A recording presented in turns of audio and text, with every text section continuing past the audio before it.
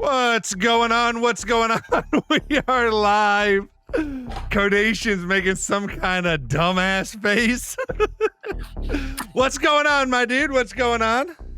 Oh, nothing much, man. What are you up to, dude? How was your Christmas, man? How have you been? How was your family? Did Santa Claus bring you some good gifts? You know, dude, actually, I'll show you here in 1 second as I'm turning down the music that we had playing at the start of this. Yeah, dude, I got like $150 in Amazon gift cards. You know, which actually with those, I already know what I was getting with them, and I already bought it. It's not here yet, but I bought one of those. I don't know if you ever seen them. They're called a Theragun. Is what the original one comes. A Theragun? Theragun. So what it's for is for people that like work out and stuff a lot. It's for your muscles. It's a massager, but it's not like a typical massager.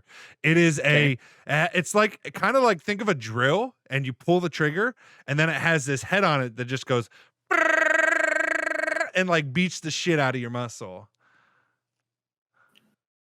Interesting. So yeah, like it has a little rubber ball on the end of it that just I think my chiropractor has one of those things. Yeah, and they're like rated. Now I didn't get the Theragun because they're like $400. I got a Chinese one off of Amazon. But even all the Chinese ones, people like swear by these things. They have like 4.8 stars out of like tens of thousands of views or thousands of reviews, like 4.8 stars, 4.9. People would say these things are a game changer. And I have a jacked up shoulder that I messed up from falling on it a couple times, like on my side and like jamming it.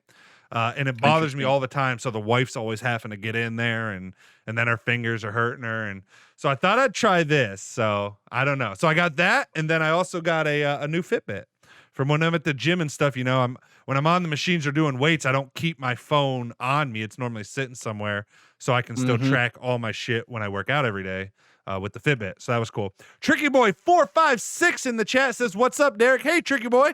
How are you doing, dude? How was your Christmas? Also, Codations, how was yours, dude? You get anything good? Oh yeah, dude. Oh yeah, for sure. Yeah, man, we had a blast. I've had 4. I think we had 4 so far is what we had. I believe we've got one more coming up this coming weekend, but we've got 4 what? Christmases. Okay, nice. Just hogging all the Christmases, are you, dude? So my parents, both of my parents are divorced. Okay. So I get a Christmas on both sides, you know, there. And then I've got, and then my wife, you know, so like her family is a third Christmas. And then the fourth one is my grandma's every year. So, which is like, you know, cousins and extended family and stuff. Right. And then, like I said, the other 2 were just, you know, small, you know, our immediate family, you know, dad, stepmom, siblings on that side, that kind of thing. Everything was good. I got, bunch of different gift cards like Chick-fil-A, Texas Roadhouse, an Amazon gift card, $150 to a Visa gift card. Nice, dude. Yeah, so just a bunch of different random stuff. Cohen, man, my son just made out like a bandit, man. The kid's got so many toys. Like he's not even old enough to use half of the damn toys that he got. He's literally just standing there staring at all these things like, the hell do I do with this stuff? What's the favorite gift you guys got him? Like, what's your favorite, like, out of all the gifts he got?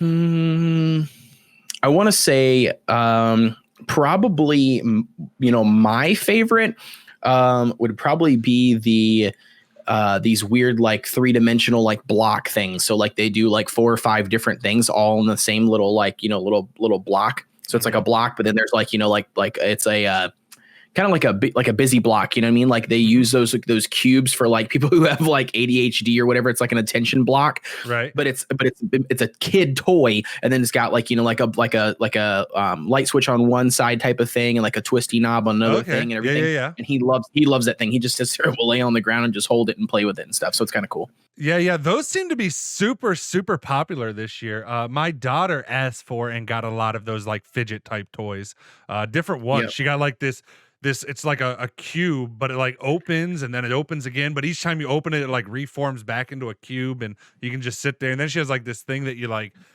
do these pop things and it like pops them over and over and over or whatever. Very cool. Yeah, so it was super cool. But my favorite that my son got was, we got him one of those, you know, mine's a little older than yours, so he's starting to, you know, run around and stuff. So we got him one of those balance bikes. where it's like a bicycle, but they just use their feet. It has no pedals or anything, so it kind of teaches them to start balance or whatever. So I'm Yep, super very cool. excited for him to use that. Also, I'm bummed because you said you had so many Christmas parties. See, we normally my mom's parents are divorced as well, so we normally have 2 Christmas parties on their side, and then we have the other ones. But all of them got canceled besides just the main, just going over with my parents, and spending the day on Christmas. But all the Just rest, because of yep, COVID or what? yep, they all canceled them because of COVID. All my family. So we got a couple people in the chat. Gosh. Cam Blocks says, "Hi, I randomly found this on my homepage." Hey, Cam Blocks, welcome, welcome, welcome. Princess says, Dude, "Hello." thank you for tuning in. Yeah, man. dude, What's going for on, sure, Cam? for sure. Tonight is our podcast night. We do a podcast Sunday nights, and by podcast, what we mean is me and Codations, the beautiful bearded giant sitting next to me. We just get on and bullshit for like 2 hours, 3 hours, however long we basically feel like, and chat with chat, and that is what we call a podcast. Tom Blank says Exactly. you could have given your Amazon card to your friend so he can buy a decent cam. Yo, come on, he's doing the best he can with that Chinese shit. Dude, this webcam, bro, is like $45 straight from China. It's working out brilliantly. Princess says, No, dude, "Ooh, it's actually fancy horrible. screen." Yeah, dude, he's got he Horrible got quality. Christmas lights and everything hanging up. He's coming live from the North Pole, the Aurora Borealis behind him.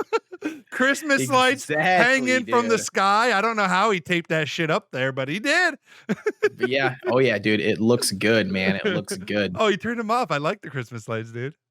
Yeah, I did not mean to turn them off. Okage says, "Oh shit, we got 4 whole people watching on YouTube." Hell yeah. Cam says, "LOL." Dude, Princess says, "I it's like growing, the background." man. It's LOL. growing. What are you talking about? It's growing. Yeah, dude, we're always getting new people stopping in and stuff, man. The fam is growing.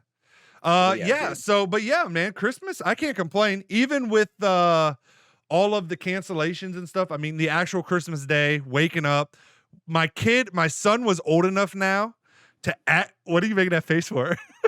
Because I'm changing my lip color. Apparently, I can wear like lipstick. Put on lipstick with your Carnation's gonna be messing with Zoom the whole time. Bro, you're the one who wanted to do Zoom.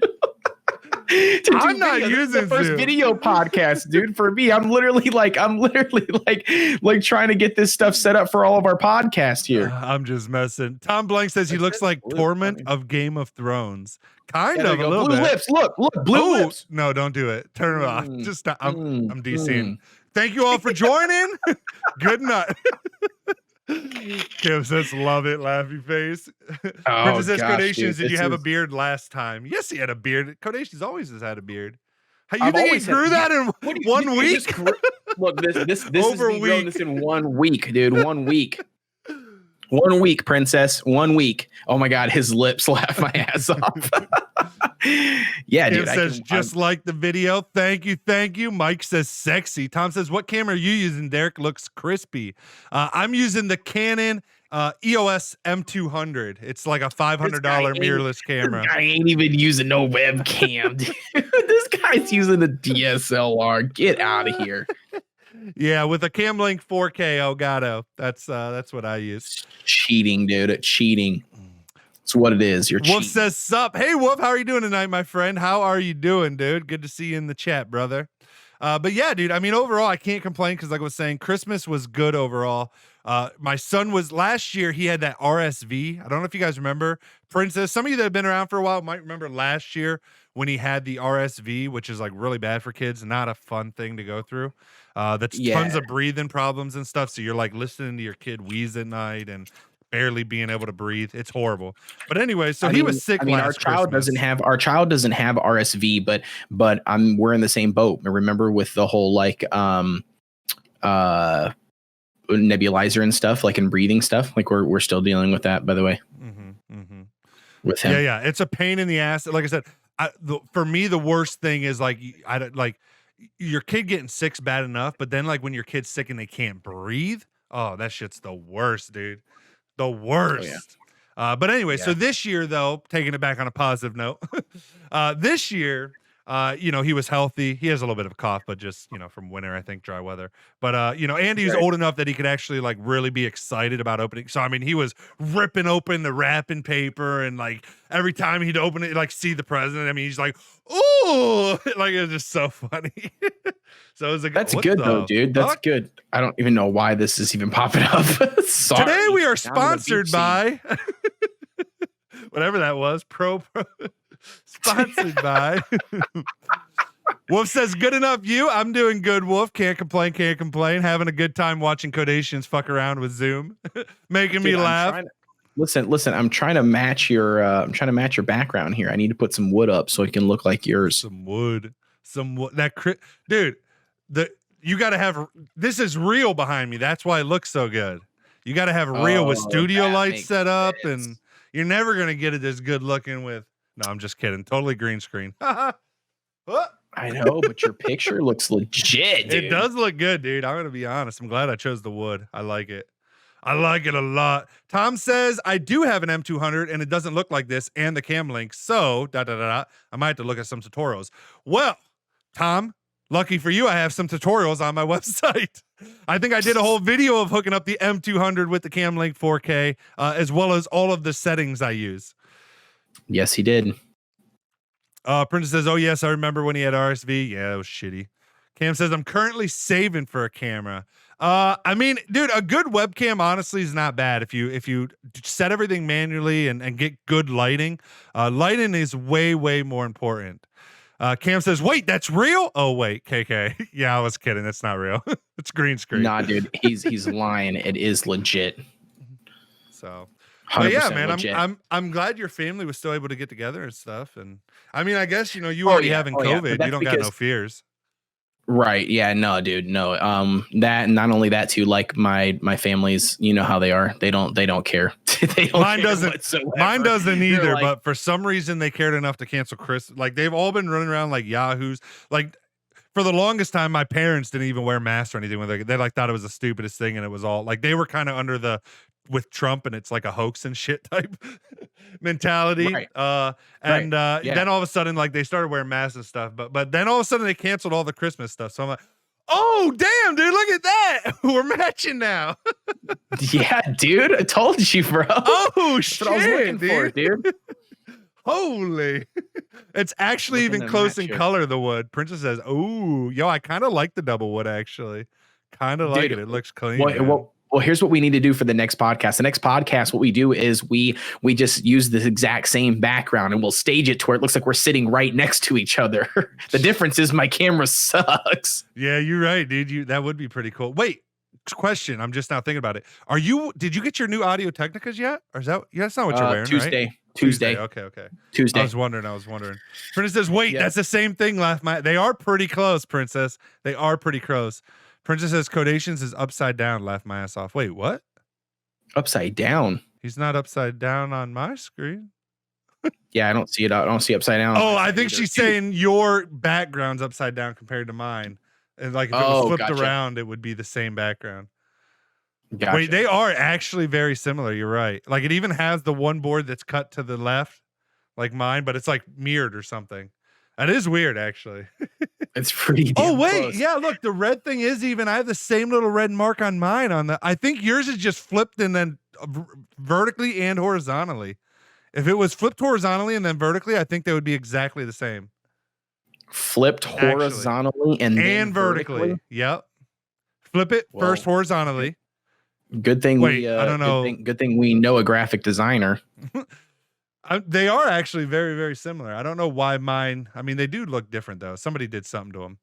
Cam says Andy has lights like Christmas lights. Come on, guys. I'll get Christmas lights next. Oh, well, dude, the Christmas lights are the best, dude. Do you see this right here? Look at this green. Look at this. Look at this. See this through my headphones? You can see my actual background. All right. So now, explain to me this one more time here. So we're gonna flip this which direction? Well, no. I wouldn't try to do it. I'm just saying I think your image is flipped and vertically, but I don't think you can do it because you'd flip yourself vertically.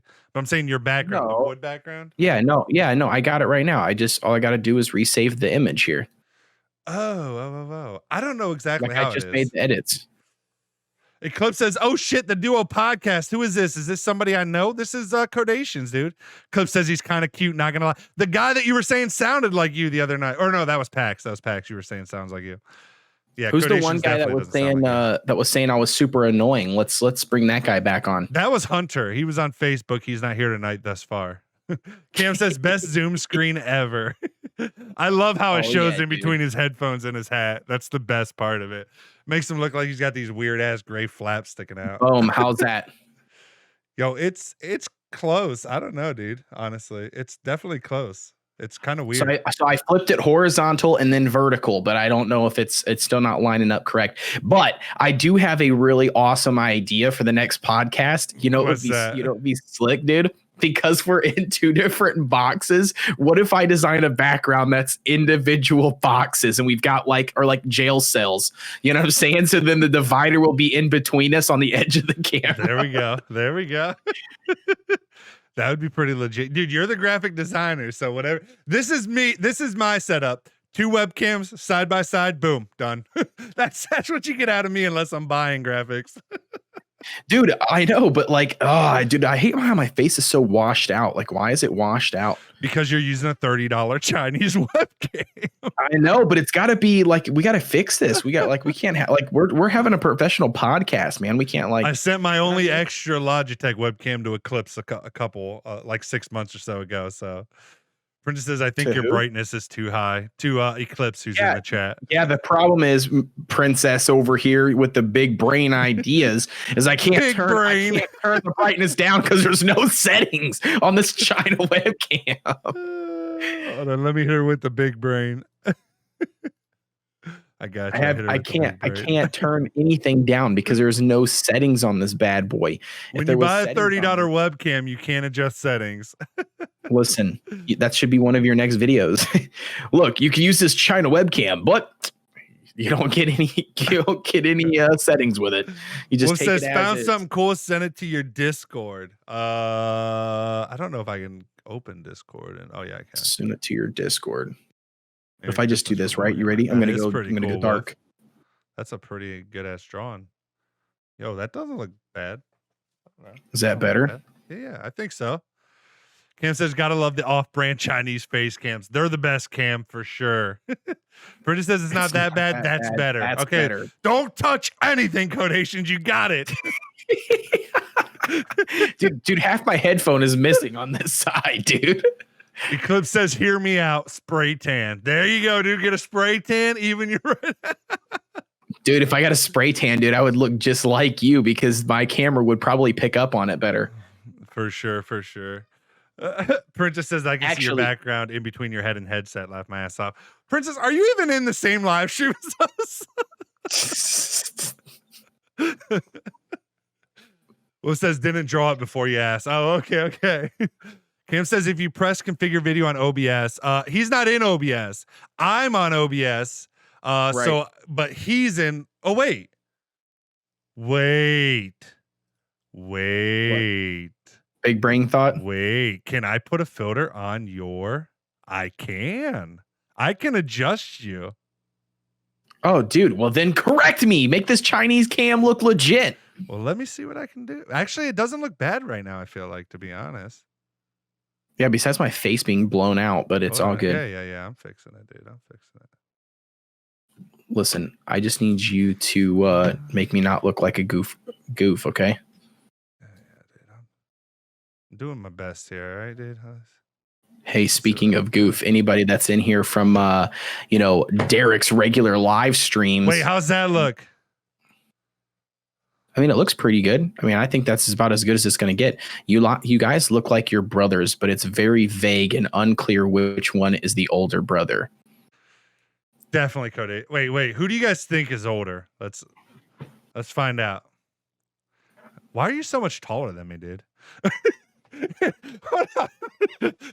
I feel so short, right? I gotta. It's probably because I'm sitting in line with my webcam here, my Chinese webcam. Okay, the beards. I gotta say, Derek is older. Derek's got the salt and pepper. I knew I should have used Just for Men.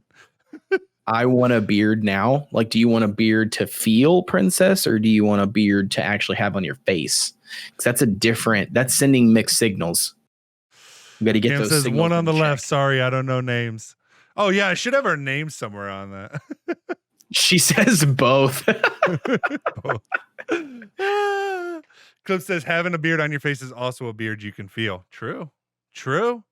You Very always true. see people that got the big beards. Codation does it too. Everybody, like if you got a long beard, next thing you know, they're always going like this. Oh yeah, just constantly doing this the entire time. Yep. As I'm recording videos, this is me full time. Like I'm literally like in between, like pressing the stop button. I'm just like, oh, what am I thinking about today? Oh yeah, you instantly grow a beard, and then it just becomes your thought process. You know what else? Look at this. Should I put it between Bring us your there? chat in. I feel like yeah, sure. I feel like putting it. Yeah, oh shit! Put it right in between us. There you go. Yeah, that's perfect. There you go. Yeah. Perfect. There we go. Give you guys chat for the other, because I know some of you on YouTube, some of you on Twitch. It is princess. It is luscious and red. Oh yeah. Clip says that muddles up the line a little. Dude, that's better. All the better. Now it really looks like we're just sitting next to each other in front of two pallets. Two pallets. Except my Christmas lights don't go all the way across. God damn it. Share your damn Christmas lights, Codations. All right, I'll turn them off. Instead, I'll turn this on. Cam says, oh God. Oh Lord. Hello. Cam says, oh damn, look at that. Yeah, there you go, Cam. I figured that would help you out some, being able to see what everybody else was saying. Yeah, dude. Hey, by the way, what were we talking about a minute ago? Because I was gonna mention something about what we were. Thank you for that. Appreciate you. Dropping there we your go. chair down. That's pretty damn close, dude. Did you hear about the explosion in? Did you hear about the explosion in Nashville on Christmas Day? Yeah, dude. On the actual camper, man. Like, dude, ridiculous. Dude drove an RV into the downtown, blew himself up in the RV. It was really weird though. Me and Princess were talking about it a little bit, so she knows some of this, whatever. But I guess he had for 15 minutes before it actually exploded. Like there was an audible warning coming out, like saying that it was gonna explode and shit. Yeah. So I was actually listening to you because the only thing that I caught was we were at Christmas, or one of our Christmases, and it was playing in the background on the TV, and I didn't listen to the full story or anything. I just saw the footage, or not footage. I saw the news, quick news broadcast by saying that the RV exploded and then destroyed a lot of businesses around in that area, but they said there was nobody injured or anything. I saw there was 3 people injured, but they were all stable. No one, had life-threatening issues. But yeah, I heard I think I heard 44 or 41, or those are the two numbers coming to my mind. Either 41 or 44 businesses were messed up from the explosion. Yeah, but so you obviously know more about the story than I do. So what exactly happened? You're saying some guy died, drove the camper? Yeah, it was RV? It was an RV, but it was kind of one of those shorter RVs. It wasn't a full-size long ass RV. It was the half-size RVs. But it was the RV where the camper's built into the actual fucking truck, like an RV. Right. Yeah. And apparently he drove into downtown Nashville, and blew it up. Again, like Eclipse said in the chat, there was a PA saying something along the lines of "Please evacuate the area." I thought it said there's a bomb gonna explode or something, and it did that for 15 minutes, and then boom, the RV exploded. But they did, last I read, and maybe if any of this, if anybody knows something, I don't know, because again, I didn't dive into it, but apparently they found human remains from the explosion that they identified as being the guys, and they even know the guy who did it, his name and everything. I don't know if they ever figured out a motive or anything like that, but yeah, he apparently blew himself up in it. Eclipse says apparently it fucked up AT&T communications too. Princess said he blew himself up, and there was a countdown for 15 minutes. And Princess says yes, they confirmed it was him. Cam says, "Oof, that sounds awful. It's hella awful, dude. I don't know if he was just lonely or." We'll see. I have a lot of questions because everybody does. Okay, I'm thinking my first question is how did he just explode the RV on a timer, on a 15-minute timer? I don't understand. Did he run it into a building and it had gas or something, or a flame or something? What was the? Well, I'm assuming he had to have explosives in the RV with him, and my guess would be the RV has some kind of PA system. And again, he was in the RV, so he could have just set it off after 15 minutes himself. The bomb. Yeah. No, I know. But so did he just like drive and then like park? Or was he like in full-fledged like driving mode and then like click the button? Oh, I don't know that, to be honest. I don't know if he was just sitting there or if he was driving around. I don't know. I guess I assumed he was stationary, but I don't know that I ever actually read whether he was driving or stationary. Eclipse says he was parked outside AT&T headquarters. Princess says his neighbor said he was very quiet. He was pissed off at AT&T, dude. I don't probably. He's probably mad because he tried getting a deal, so he went to Verizon instead. Came back and blew up the place. Well, if he got the deal though, he should have been happy if he got a deal from Verizon. No, he was pissed off at AT&T because they didn't give him the deal. Oh, so he went to Verizon and then came back and served, AT&T a platter of bombs. Princess says he had a background in electronics. Eclipse says his deal was contingent on taking out the competition. We'll give you a deal if you take out AT&T.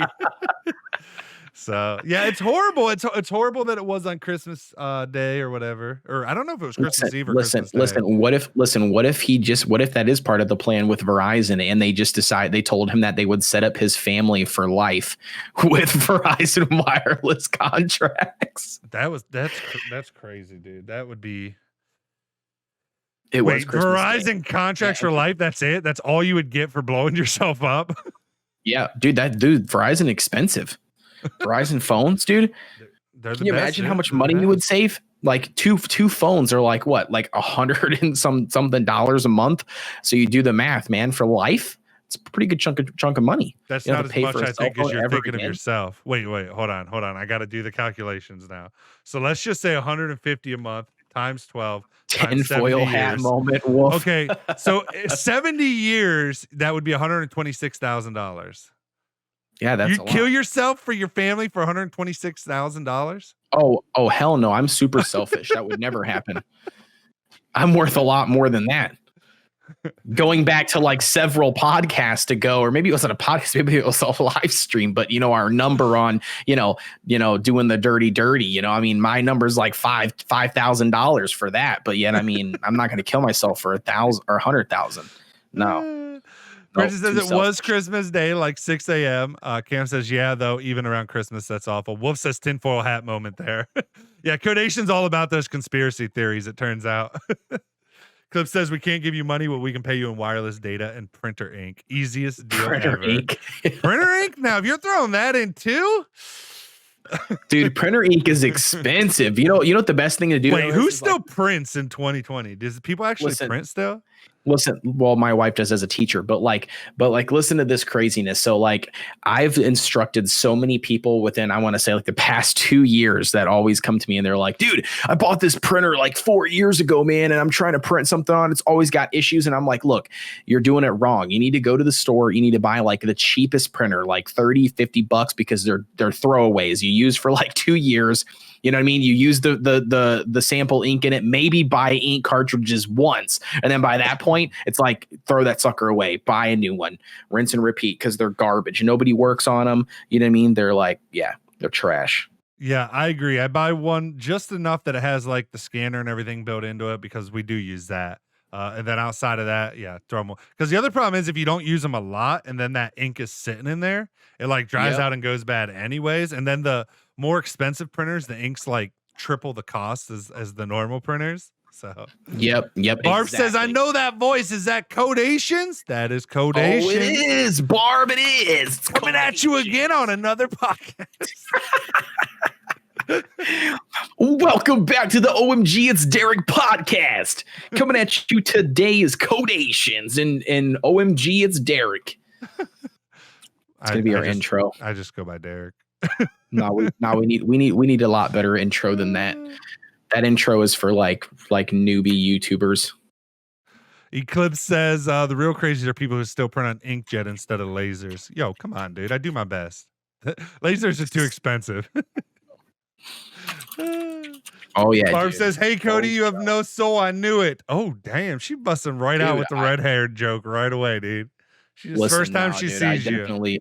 Definitely. Look, you're telling me I have no souls. You want to see these all these souls that I have taken? That's what the freckles are, baby. That's how many souls I've collected. I got a bunch of souls. It says Ali a face insert. Wait, what? I don't get that. What? I don't know. Cam said Cam Block says Ali a face insert, but I don't think get he has no soul? You should have heard him singing the blues earlier. The man has nothing but souls. Oh yeah. Barb says I love the new podcast style. You mean the video? Adding Codations video? Listen, you guys need to go right now and donate so I can get a damn awesome webcam like OMG over here. Your boy needs a webcam. Can't see them. The Zoom green screen gets rid of them, or maybe there's it's not there. Oh, you have that. You remember you turned on the beauty filter because you were a little self-conscious. Beauty filter. Yeah, so none of your freckles are showing. He's saying. Remember is that what he's saying? Yeah, he was saying none of your freckles were so they can't see the souls. Oh, you want me to go turn? Yeah. No. I turned that off. I thought. No, I turned it off because I said I wanted. I was making a joke because I said you were self-conscious. You just don't. Barb says, and the wood background. Yeah, we did buy some nice wood to throw behind us. Look at this. Now I look super smooth. Look at this. Now I have no lines in my face, no wrinkles. Oh my God, you just got that's why they all said you look younger than me, because you got beauty filter on. That's what if you didn't have the beauty filter on, they'd all call you the old ass. Look, beauty filter, and then we're gonna come over here. I'm gonna click the studio effects, and then I'm gonna turn these bad boys on. Look at this. Oh fuck, dude. Hokage says, not sure if you saw this the first time I asked, but Codations, what is your favorite anime? My favorite anime is going to be the only anime that I've ever seen. Don't judge me. And that is going to be Sword Art You just Online. got super dark. What did you do? Dude? Why? I don't know. I didn't do anything. You fucking with shit again? You did something, dude. Oh my gosh, dude. This is the worst, bro. There you go. You're good again. The worst. Literally, do you know what I'm doing? I'm closing a bright white window on my Don't screen. close it. I literally had it closed. Don't touch nothing. Dude, this is horrible. Listen, okay, remember how you said 30 minutes prior to stream tonight we're gonna hook up our video cams, and then we were confused on time zones and stuff here? Yeah, no, we needed like an hour prior to get this shit situated, dude. I needed 30 minutes. Oh my gosh, dude. I still ain't figured my shit out. Cam says my favorite is Attack on Titans. I think that series is so overhyped. I don't get it. I do not get it. I don't know why it's so damn popular. Yasuo says I'm eating food. Hello, people. What are you eating, Yasuo? Barb says Code is hungry for souls. Hey, I forgot to elaborate, dude. No. So the only anime that I have actually officially watched was in 2020, literally like 3 months ago. I made a poll in my Discord for my YouTube channel. I had asked, what anime should I check out and watch? Because what ended up happening is I had a buddy come stay the night at my house, and he met my son for the first time, and then he basically was like, dude, you got to watch this anime on Netflix. Just kidding, I lied. I have seen two, you got to watch this anime on Netflix. And I'm like, all right, well, what anime? Well, it's called Stay Night. Fate Stay Night is what it's called. I don't know. It's like a super short anime. But it was actually really, really good. Like I was totally into it. I was like finding myself, constantly trying to watch the next episode, like any chance I got. And so then from there, that's when I was like asking people around, like, what should I watch? And then somebody had suggested, they were like, if you're new to anime, you probably could get into, Sword Art Online. Like they said, it's like a pretty, easy one to get into, like, as an early one. I don't know if that's true or not. But I started watching it, and then I was instantly hooked, at least for the first season.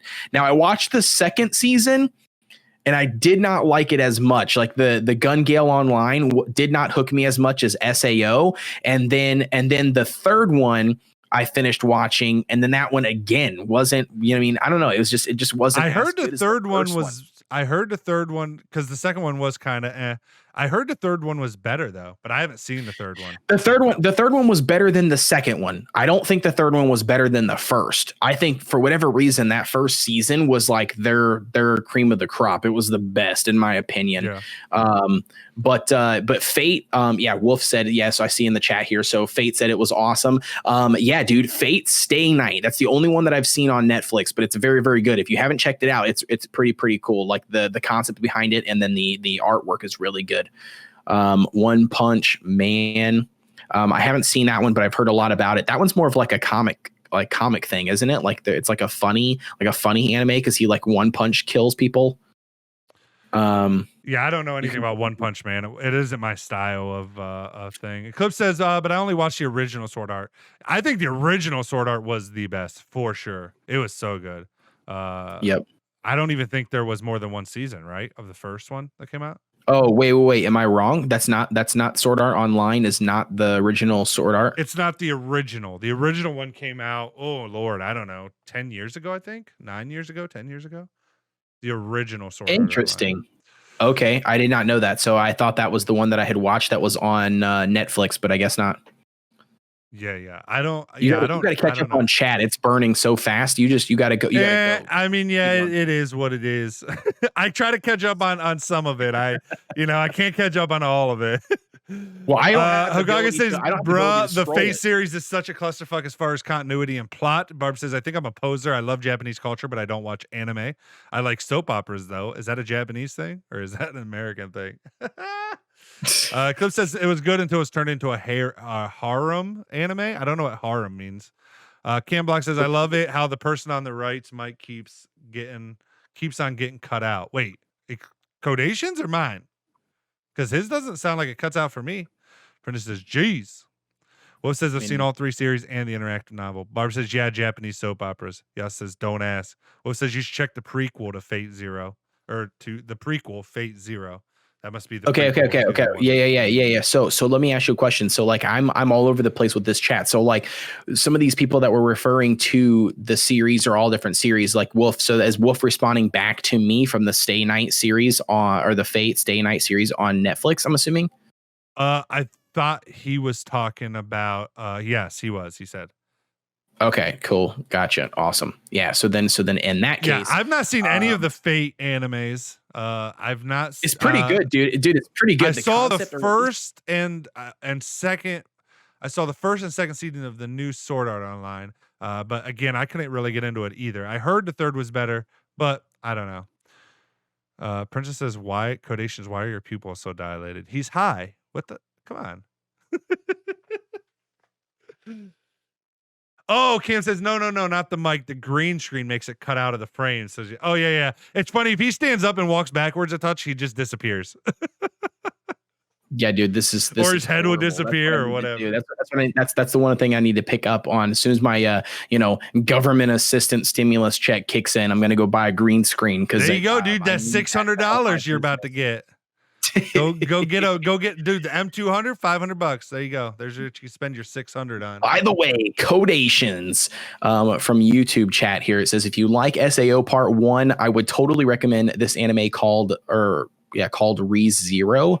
Interesting. I'll have to take notes on that so I can. So wait, well, here's my question, Codations. So now that you've watched have you made a decision? Do you like anime overall? Because even you might like it, but like, do you actually see yourself watching more anime, or is it kind of like, I watched it, it's cool, but I prefer regular movies, or because you only have so much time between gaming, regular movies, family. Like, do you actually see anime as something you see yourself continuing to get into, or are you just kind of like, after watching what you have watched? Yeah. No. I totally dig it. Like I could find myself just investing a lot of time, anytime that I'm going to watch some type of TV or something, I could totally get down to just watch an anime. But the thing that I haven't finessed yet or haven't figured out is exactly what anime style I like. You know what I mean? Because like, here's the thing, like SAO, I really like, or at least the one that I had watched on Netflix. Okay. So again, I don't know which one that is, if it's old, new, or whatever, but like the one on Netflix, I watched the first season. And I really like the combat, and then the art style and everything. But the interesting part to me is like, I don't know how, I don't want to say weird. Weird's a bad word. I don't want, I don't know, man. There's a point where I feel like it gets too much for me in the sense of weird shit. Like, I guess is the best way to put it. Like, I don't know how to explain it. I like Sword Art Online, right? Like, the concept is like video game related. Do you know what I mean? You know, and then they're like, you know, they're virtual diving into like a video game world. Like, the whole concept is very cool. And like, okay, so like somebody just posted in here, the very bottom chat is, you know, Death Note. So like, I've seen an episode of Death Note years ago that I thought was actually pretty cool with my brother, right? Like, so that would be fine. But like, I've also seen some stuff that's like so far out there where like, you know, like, I don't want to say like tentacles, like tentacle porn, but tentacles as in like weird, like, you know, people like turning into like shapes and stuff and like weird, you know, like that kind of stuff. I don't know. I don't know. I feel like it's too far for me in that sense, but I don't know. And then we're not talking about hentai. You don't. I don't know what the hell you're watching. Maybe that's the confusing part. I don't know. Like, but like, I know that there's that section of anime, but then there's also like the hardcore, you have to like watch it in like Japanese or Chinese version and read subtitles anime. And like, I just don't know if I could get into that, man. Like, I don't know. I might be a person who likes anime with English dubs. Like, is that a bad thing? Like, I feel like I pretty much watch all anime now dubbed in English. I don't watch too much anymore where it's where I have to read the subtitles and where it's in Japanese and I read the subtitles. I used to a lot, but I don't as much anymore. Ryan says, "Is that codations?" It is codations. Princess, once the tentacles and poop, once the tentacles and poop come into play, I'm done. Well, I don't know what the hell you guys are watching. Dude, I'm telling you, Princess, I'm right there with you. Nope, that is I think that's called hentai. And yeah. Cam says, I just realized why your stream came up on my homepage because I watched and liked your video on how to stream from your phone. Yeah, it was a good video, dude. And then they're saying, how come no one's recommended Death Note to him? Because I was kind of getting a feel for what he liked. He's only seen 2 series. I mean, I could recommend Death Note just because I think it's a great anime series, but if it's not the type of anime he's interested in, it doesn't really. Yeah. No, I think Death Note would be one that I want to check out. Somebody recommended one in my Discord. I'd have to go back and scrub and find it, but like I clicked on it and I like went to go watch it. It was on like Hulu or something, I think, maybe HBO. I don't know. But I clicked on it to watch it and there was no English dubs. It was all like reading subtitles and I was instantly turned off because the first episode was like super slow. You know what I mean? Like, you got to like learn, you know, kind of the backstory behind the character. And then I'm like trying to like read and they're like having full blown conversations. And it's just like, you know, I'm just and then it's like, just read. And I'm like, nope. Definitely not going to sit here and read for 2 hours. Here's the funny thing. I actually prefer reading. I read, you know, I read every day, like books and stuff. So like, I actually watch American English shows with subtitles on. Like, just normal, anything and everything I watch has the subtitles on because I prefer to read it versus just the only time I've ever. Well, it was a good chunk of my life was when me and my cousin lived together when we were in college, my freshman year in college. We had an apartment together and my cousin is deaf. He's 10 years older than me and he's full deaf.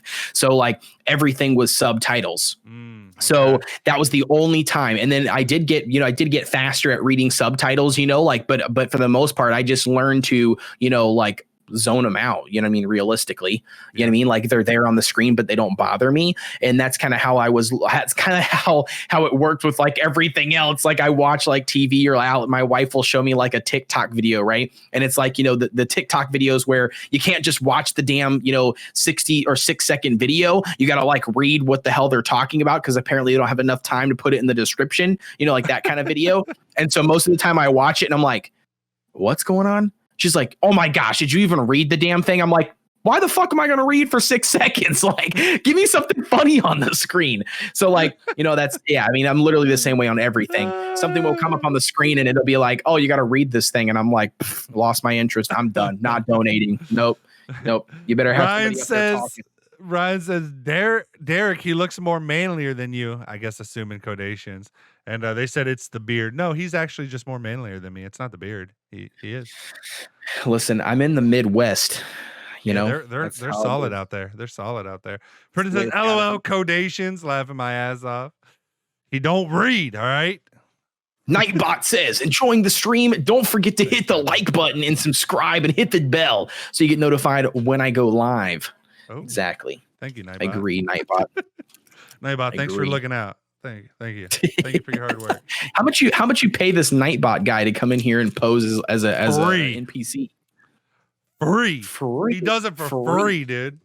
You got to watch JoJo's If Nothing Else just for the meme. Never heard of it. I've never heard of it either. I will say you got to be careful because there's a lot of anime that is very kiddie type anime, and you'll get with the demographic of Twitch and YouTube and stuff, you'll get a lot of recommendations for that you'll turn on and you'll be like, what this is like shows for a 13-year-old. Interesting. No, by the way, a Kit Kat bar because they're so good. Oh my, is that the new birthday cake one or the mint one that I saw? Mint. Ew, dude, that's nasty ass. Who eats mint? How many people chat? Who likes mint versus who doesn't? Like thin? No, I hate you don't like mint. thin mints, dude. Oh my gosh, they're they're the spawn of Satan. He created that candy. Dude. That's why you like it, you soul sucker. Dude, listen, I got an anime series for your red ass soul eater. Perfect. I'll watch it. He also says JoJo was good. I mean, it had an all right plot with the whole family line between season, but I didn't like the art style changes personally. Ryan says, I like mint. Princess says mint, ? You don't know what mint is, Princess? Ryan says peppermint, Princess. Princess, laugh my ass off. Ew. Thank you, Princess. Princess is constantly on some next level shit. Ogaga says, hold up, you ain't ever seen Naruto? I've seen Naruto, all of the episodes. Nope. Never seen it. I've seen I think I watched like the very first episode, like, I mean, I'm talking like when did it come out? Like 2006 or something. Like I think I watched the first episode. And it was because we did not have cable as a kid. And I was over at my cousin's house and he had it recorded or whatever, like on, what was it? The very first, like TiVo or whatever the hell it was. Yeah. And so I watched the first, I think the very first episode, and I like fell asleep halfway through it, like staying the night at my cousin's house. I once tried to go back and rewatch it, like start all the way from the beginning. And the first episode was in 4:3 aspect ratio. And I was like, nope, fuck this. Yep. And back to the second question on that, or Dragon Ball Z. So I know a lot about Dragon Ball Z, and I have maybe watched one episode in my entire lifetime. And I think it was, what's the big fat, gooey pink guy, you know, that like molds into like random shit. I've never seen it, so I have no idea. You've never seen Dragon Ball Z either? Nope. Yeah. Anyways, not even one episode. Nothing. There's this big fat fluffy dude. And like, so I saw that episode. And I don't know why. I don't know what exactly happened or why I caught that episode, but that was one that I had watched. Maybe it was on like Cartoon Network or something, like late at night. Yeah, I think that's what got me into Naruto and Bleach. Because I thought Bleach was but both of those do have a lot of filler episodes, as Wolf is saying. Bleach has a mobile game. Do you know that? I think they have more than just a mobile game. I think they have an actual PC game as well. Yeah. They might. But I'm talking about like Bleach actually has like a Hero Collector Idol mobile game, like right up my alley. But I haven't played it because I don't know anything about it. Yeah. I'm not you know me, I'm not a mobile gamer. So yeah, I'll definitely not check that out. Perfect. Yep. Nope. Nope. I know. Dude, did you see, I know that neither one of us have been playing Genshin Impact anymore, but did you see that they finally released 1.2, I think is what it is. So they dropped like a whole new area on the map, a couple new characters, and added some new features and stuff to the game, a whole brand new update. I did see that they released 1.2 only because for some goddamn reason in the Android Play Store, whenever there's like new updates to it, it like gets like some kind of priority listing on the App Store where it like says happening now in Genshin. and it like has like some kind of little advertisement for them. I don't know if they pay for that or what, but Oh, dude, they definitely pay for that. Oh yeah, it no, annoys that's the like a shit out hot. of me. It's a hot ad slot. Oh yeah, dude, they definitely pay for it. I don't know. I think I'm reaching that age where I just find myself more and more annoyed with ads the older I get. I'm like, I'm so over ads on fucking everything nowadays. Every app I use, every fucking web. I'm just so like even ad blockers don't work that well anymore.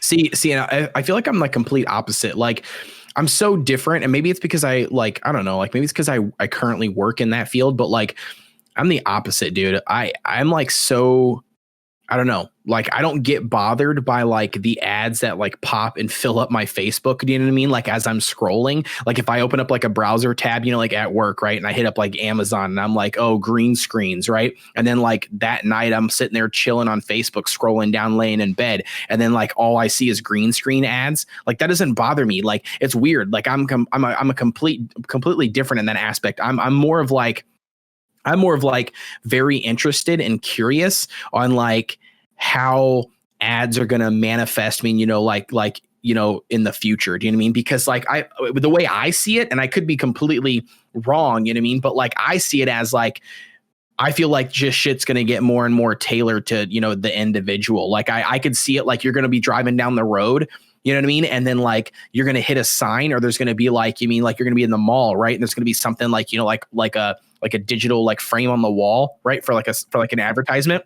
Mm-hmm. You're going to walk up and because your privacy is not going to be there anymore. That sign is automatically going to reach out to the internet, find any information it can on you, including cookies and everything. And then it's going to be able to tailor an ad specific to you looking at that ad in a public place. Well, yeah, I mean, that's going to happen. Well, yeah, I mean, it shows that there's sci-fi movies and futuristic movies where you see that happening, where right. it, like reads your irises or something and like links that to, or just you. I mean, they don't even, everybody thinks that, but like they could just look at you and probably be able to photo recognize you versus other people. So, I mean, I agree. Right. I think it's going to become more personalized. I don't have an issue with the personalization of them per se, like some people do. I do think it's kind of creepy how much all these companies spy on you, but that's a whole nother topic of privacy and security kind of in this new world, which I'm happy to discuss. But I have the issue when there's no option. I don't like that it's opt in first, or that it's default opt in. I think you should I think it should be default opt out, and you should have to opt in if you want those features, more tailored ads and stuff like that. Just because I'm really kind of, I mean, again, it's not that I mind the average, like whenever I start talking about this stuff, people like be quick to like, well, if you do nothing wrong, there's no reason to care if everybody has your info. And I get that. And I don't care that ads get more personalized. That's probably a good thing, honestly. I'd at least rather be showed ads to things that I actually would want to buy versus just random generic ads. But just overall, when it comes to security and privacy, I'm not a big fan of the pervasiveness of being tracked everywhere you go. I mean, it's crazy to me that Facebook not only tracks you on Facebook, but now tracks you on any type of website. If you go to my website, Facebook knows that with their Facebook track. I mean, that to me is a little weird that they need to go that far. Yeah, I know. I mean, it's totally weird, but again, I see it a little bit differently. Like, I agree with you in the sense of like the privacy thing, right? And if we were having this, in my opinion, if we were having this conversation like 3 years ago, right, 3 or 4 years ago, I would definitely be on board to be like, oh no, you know what I mean? Like, less tracking software, less privacy, don't opt us in, don't do this. Like, I would hardcore be pushing that agenda, because I agree with you, right? Like, in the sense of, your personal privacy, and tracking things, like, and like you said, like pre-opt-ins and stuff, like, you're automatically opt in, but not having to turn it on. Like, I completely get that. But on the flip side, dude, everything's tracking you nowadays. Do you know what I mean? Like everything, like even devices. Like I saw this like 60 Minutes episode, man, where like this guy literally took like a cell phone, like a track phone, and then like it was a smartphone, turned off like the internet and everything like that onto it, walked around New York City like all day long, and had two phones in his pocket, one tracking him, the entire day, one not. And then when he got to an internet source and he stopped, he turned them on, it then uploaded all of that information, into into Google, into the cloud. You know what I mean? So then it's still tracked all of his information. Like, I mean, there's just like, it literally almost feels like it doesn't exist anymore. You know what I mean? Like, you know, like you're being tracked, you're being watched, your history is always there, your cookies are always there, your ads are tracing you, websites, like you said, are like tracing you after you leave the website. You mean, like, there's just so much shit. It's just like, I'm at the point now where I've kind of just hit that wall where it's like, screw it. You know what I'm saying? Like I've kind of just at that point where it's like, you know what? At this point, I'm just kind of like, fuck it. You mean, you know, I mean, like everything's tracking me. You know what I mean? Like, I might as well, like, I'm looking at it in the other sense now, where like I'm like turning the eye to being like, well, you can't beat them, so I might as well, you know, jump full force in, because, you know, I might as well take advantage of it all. It's like, you know, okay, sure, you know, I'm gonna go ahead now, look at something on my phone, so then that way when I get to work, it'll just, you know, fill my ads full of this shit. Do you know what I'm saying? Like, I might as well just go ahead and, you know, try to take advantage of it the best that I can, you know. But I do agree with you in the sense of like privacy. And I mean, I know, like, for me, I don't care, right? Because, like, you know, I'm an open book. I've got, like you said, you know, I've got nothing to hide, you know, but more than just the hiding part, you know, I don't really feel like anything's invading, you know, anything of mine. But I do agree with the sense I just think where people like, get mixed up on that argument. Well, first, let me catch up on chat real quick. We had a lot of people chatting now about it seems people are interested about this stuff. First, Ryan says, happy 2 years, Derek, talking about how long he's been following me. Yo, thank you, Ryan. Appreciate you being around for 2 years. Brenda says, I feel like I'm being brainwashed into buying stuff. Ryan says you are. Well, and that's exactly, so that's my number one issue with it is, number one, marketers nowadays, they have gotten so clever, and it's not I'm not saying it's their fault, but algorithms have gotten so clever through the minute split testing that they're able to do all the time on you, that they are affecting a part of your brain that you almost can't control. And so that's my problem that I have with it, is it's like, they're getting you to buy shit that you wouldn't buy if not for that biological need that they're triggering in your brain that I feel personally is unethical. It's like, it's like trying to stay away from sugar. The shit's hard. Like, and then you got someone purposely using that shit on you, like that shit inside of you, that like using certain colors that trigger you to want to buy, using certain, like all that stuff, which I know they've been doing it for years, but still, to me, I'm just like, that's unethical. You want me to buy your shit? Make a really good product that I actually need. And if you do that, people are going to buy your shit. Everybody else that's trying all these marketing tactics, to me, it's like, well, that means your shit ain't selling. And if your shit ain't selling and you're having to do all these marketing tactics, it probably means you got shitty product that no one needs or wants and doesn't want to buy. And now you got to do all this unethical shit to sell it. But that's just my view on it. Hold on. And then Princess says, wait, Facebook knows when you go to your website. Facebook, the way their tracking works is it downloads it to your computer. And then because everybody's so tied into Facebook and stuff, most websites have Google and Facebook tracking codes on their own websites, including mine. I do it as well. I don't really, I mean, you're not left with much of a choice. So I'm not like saying these guys are totally evil and it's all, but it's hard. It's hard decisions. It's not as black and white as it may seem. So yes, they know when you go on to other they know all the different websites you travel to. Ryan says, yes, Princess, you didn't know that. Princess says, how is that legal? Then she says, deletes browser history. Even if you delete your browser history, they already have it in the cloud saved. So you're not safe just because you do that. Ryan said, I'm not reading the anime stuff. Sorry, guys. I'm past the anime stuff. Yas says, I don't own a phone. Princess says, I'm not going to lie. For a long time, I thought Google was reading my mind. That's actually funny. You know how many times, because I also, like Codations, I worked in marketing for a long time. I had a marketing business. I did a lot of these tactics that I'm now saying I think are unethical. I just didn't realize that at the time. I was just kind of bought in that this is what all marketers do. And then I realized that there's people out there, lots of people out there that make products and do stuff that don't do all these marketing tactics, and they sell their shit because it's actually good shit that people want and need. So I got out of it personally. Again, not that I believe it's completely evil, but I just think a lot of it is. Like, I don't know if you saw it completely, like, kind of related, but did you see, Codations, that TikTok actually banned MLM programs completely off of their website the other day? And there's supposedly a lot of the other social media sites are now going to do that as well. So all those like marketing, trying to sell all those essential oils or selling all They TikTok completely banned those from their website, and it looks like all the other social medias are going to be following that as well, which I think is a huge win personally. Yeah, I did not know that. I didn't even know that they were banning it off of their platform. Yeah, yep. It's interesting. Yeah, very interesting. I mean, dude, I'm curious, man. I mean, but I do agree with you on like the whole. Yeah, I mean, I don't know. I mean, I do agree with you on the unethical, tactics and everything. I just was referring to me personally. I was referring to, just the fact that like I've gave up on like trying to like hide under the radar. Like I've got.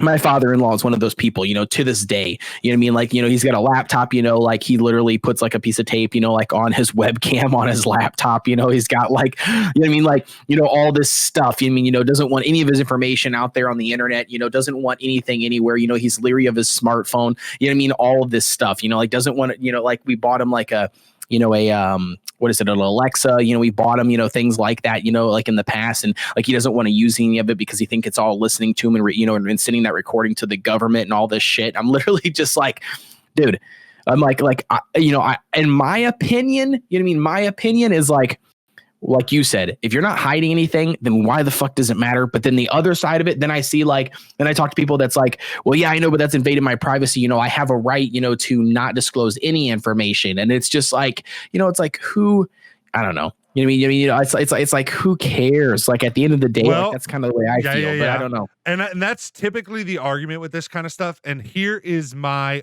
my kind of argument back. And also before I give this argument back, I just want to say, guys, the chat is moving hella fast and I appreciate everybody talking, and I will try to like pick out messages, but I can't keep up. Like I can't keep up with us having a conversation and the chat. So please forgive me. Please understand. I will try to pick out like, stuff as we're going and stuff. But it's just I'm realizing I'm realizing it's impossible for me. You might have to say stuff a couple times or something. That's what I was gonna say. Just copy and paste, drop it in multiple times if it's something you want us to say. But okay, so let's see.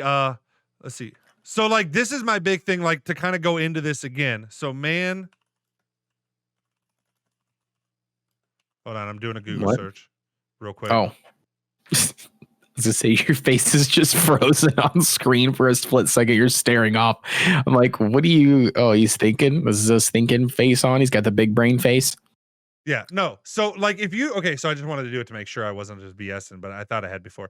So like if you do a search on Google of like people that have gotten their like bank accounts frozen, even when they did nothing wrong, because of the thought that something was wrong, or people that have got arrested and then later it got overturned because the cops thought they had something on them because of data surveillance and stuff, and then found out it wasn't true. Like the number is not like, it is probably small compared to but the fact that it even exists to me right there is my reason why I'm like, I don't think it's a smart. That's why I'm big into Bitcoin. It's why I'm big into privacy. I don't know if you got, like, I've done videos on my website on like installing Tails, which is a private operating system on computers that lets you browse the web completely anonymously using the Onion browser. It's called Tor.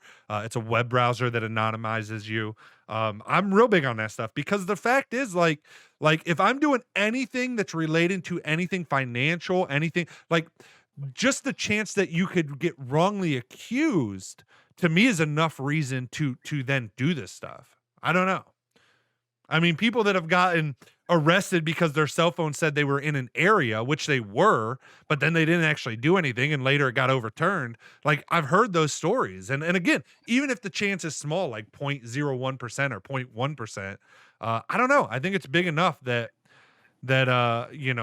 you should take some precautions, at least with the important stuff. My normal day-to-day browsing, yeah, I just use the normal internet. My normal financials, yeah, I just use my bank's website and all that stuff. But like, so here's a real my question. Big stuff. I do, other places. Go ahead. I got to interject you really quick. So the real question is that all right? So I get it, right? So you use that other stuff when you're doing like financial and everything, but what do you do when you look at your porn? Are you in like a private browsing session, or what do you do?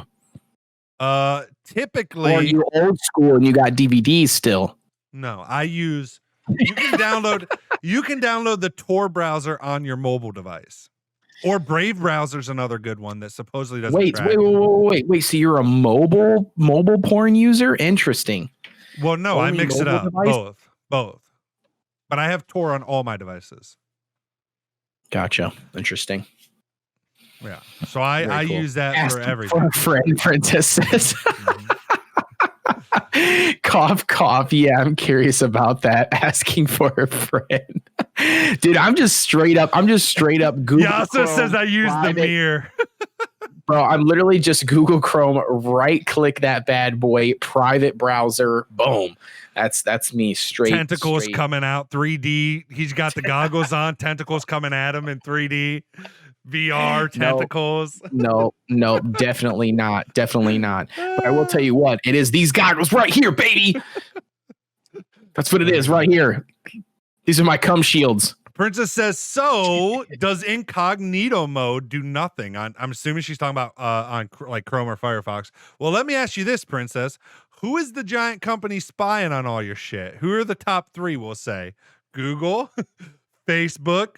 Wait, who owns Chrome? Google? I don't know that I would trust it personally.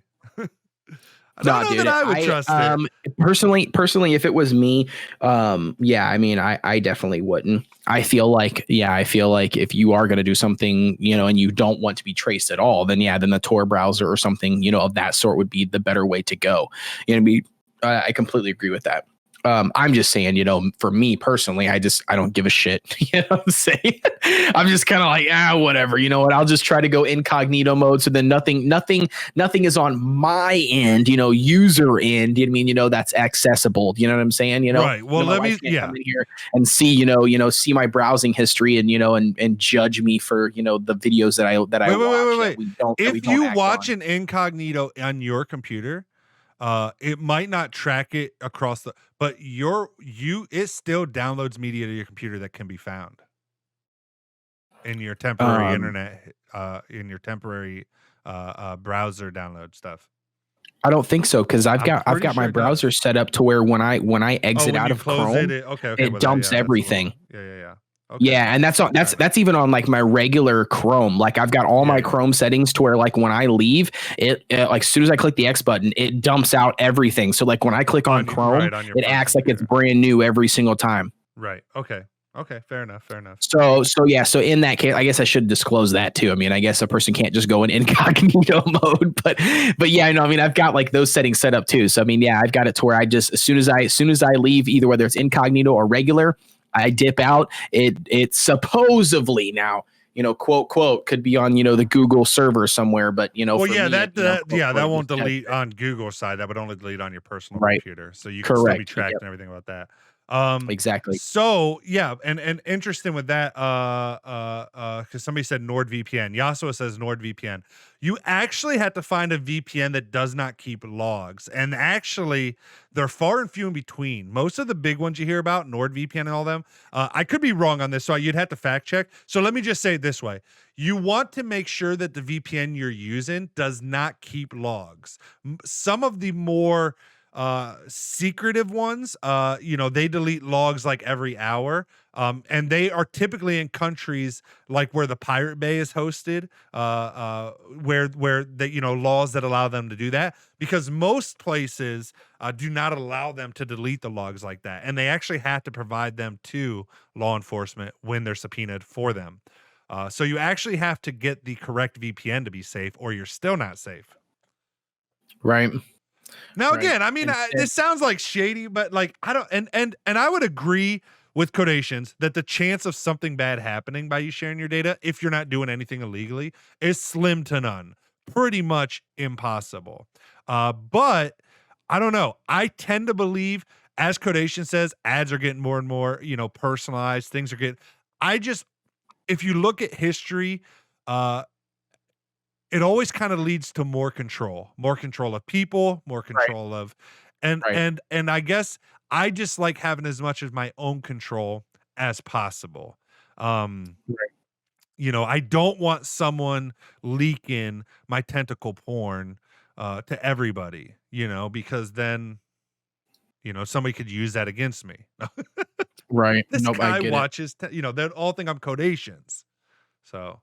Right. No, I completely get it. No, like I said, and that's what I'm saying. I mean, it really just depends on, the what exactly a person is looking, is looking to either hide or disclose, or which side they're looking at it on, because again, I mean, it's all over the place, because my father-in-law, he's very much, like you said, anti-government control, nothing whatsoever, like he's the person that they're, they mandate a mask. To wear a mask, and he's a hardcore, like, just because they mandate it, he's not going to wear one. You know what I mean? He literally won't go to any store or appointments or doctor's office or anything, even if he has to and has had this appointment, because now they're telling him he has to wear a mask. And he's the type of person that's like, you're not going to tell me what to do, kind of person. And then you've got people, on the other side where they're very much like, well, I just follow any laws and any regulations. If the government suggests it for me, it's got to be the best thing. You know what I'm saying? And I'm just kind of like riding in the middle. It's like, fuck it. I got to wear a mask in here. All right, shit, whatever. It takes me 2 seconds. I'll put it on. I'll walk in here, do what I got to do, and I walk out and I take the mask off. It's fine. Or there's times where I show up with no mask and I walk in and then I do my thing and I leave. I don't know. I'm kind of all over the place. It's kind of, I know that brings us into a different topic, but I just wanted to, kind of put that out there. I think I'm very much perspective of person. Yeah, I think I'm very much. I mean, I'm probably more like I think you said your grandfather. I think I'm pretty like because father-in-law. Father-in-law. Because I am. I mean, I've said it on stream. I'm very libertarian, which means I don't like government, and I want the bare minimum government to have like the bare minimum. I just think, government's overinflated. I think they got too much reach, too much power. I'm very much minimal government, but I would say I'm libertarian, but with also some, I like some socialist programs we have. I'm not like, I admit that. I don't care. It's nice that we have certain things that kind of help the benefit of the entire society. But I am very much like using the example of the mask. It just says I don't mind masks. I was forced to wear a thong, though I'd have an issue. Says hello, Ryan. Have a good night, brother. Hold on. We gotta bring this back. Oh god, you don't like you don't wear them? Is that a thing? Like you don't wear them? You're asking me? Wait, hold on. No. Princess here. Yeah. I'm replying back to her. She's saying she doesn't wear thongs. Correct. Interesting. Okay. Anyways, well, says Princess, you are just the greatest. Like me personally, like I don't believe anybody should be mandated to wear a mask. But I also believe if you're but like I'm like you though. It's like, but I wear one when I go out because I'm like, if you're a decent human being, wear a fucking mask. It's not that big of a deal and you're protecting other people. But to think that it should get mandated or that we should get like forced by government, then I'm totally against it whenever it goes to that point. And that's on anything. For instance, if you bend over in those things, you'll get a rope burn in your crack. Not my thing, LOL. Glad I don't know about that. That does not sound pleasant. It does not sound pleasant whatsoever. Oh, my Lord. But so that's my thought on it. Like, I don't like it, but. Yeah, no. I totally agree with it. I totally agree with what you're saying. I mean, and that's kind of the way that I look at it. I mean, it's to each your own, really. If they, if a person shows up to a store and they don't want to wear a mask, and like you said, if they don't want to, then that's their own prerogative. Is that a word? Mm-hmm. That's their own thing. They can choose not to do that. It doesn't affect me if I'm wearing a mask. Who cares? And that's kind of the way that I see it more versus. It being a mandatory thing. I get it. People argue or fight, based upon, oh, well, that's my right, or that's this or that, and then, the moment we allow the government, to control one aspect or dictate something, that's giving them a little bit more control, you know what I'm saying? And then they're like, oh, they're going to just take all this control and continue to push more control, which again, I don't know, man, I'm kind of all over the board. I agree with you in the sense of, if it protects other people, and it actually, can aid in any spread of any germs, I'm just going to put it that way. Not rely on, to the COVID thing, but like any spread of any germs, because that's what they do, right? Like I've heard so many misconceptions around masks, but like, you're putting a mask on, it's holding your, liquid, assets from your mouth and nose, like consumed into your own mask, right? Like if that's what it's doing, then great. You know what I mean? That's kind of, that's kind of the way I see it. Of course it's not solving, COVID's, of course it's not fixing anything. You know what I mean? Of course you can still smell through the mask, whatever the hell people come up with. You know what I mean? It's like, at the end of the day, it's like, then you just do you, that's the way I see it. Same. And it's just interesting to me that I still have, like I said, I still have and know people, that are, hardcore hell bent on, not doing this or not doing that based on, somebody spying on you or this doing that. I'm just like, look, I'm like, and that's kind of what I've had this conversation with my father-in-law a few times, when he was doing the whole, webcam thing, like blocking the webcam and doing all this stuff, and I get it. There's been stories out there, but like, I've made jokes with him, and my joke response to him always is, what in the hell do you think the government has, on you, or that they're interested in you in a small town, tiny small town in Iowa, to hack into your webcam? Do you know what I mean? To see what the hell you're doing at your farmhouse with you and your wife. Do you know what I mean? Like I just don't think, I don't know. I think somebody's got to think very highly of themselves. Do you know what I mean? To think anybody's fucking doing that. Do you know what I mean? I don't know. I mean, like, I get it. I know people have hacked webcams, before, and I understand that. And there's weirdos and freaks and shit out there. I get it. But it's like, I don't know, dude. I walk around my house butt ass naked with the windows open constantly. Like, you know what I mean? Like, I don't, you know what I mean? Like, I'm not worried about it, dude. I'm not worried about my webcam, randomly peeking on, to look at a blank room with nothing in it. You know what I'm saying? Or me recording a video. Like, okay. You know what I mean? Like, I don't know. Yeah, Princess says he might draw more attention to himself for doing that. Laugh my ass off. Yeah, one interesting thing though, just to point out, and I mean, I agree with Codations in the aspect that, again, the government doesn't care about most of what people are doing outside of just, if anything, I think it would be used more for, so they, like, I think Google and Facebook would be more interested in spying on you on your webcam than the government to see how they can get you to buy more shit. I would actually think they're the ones we need to worry about, not the government.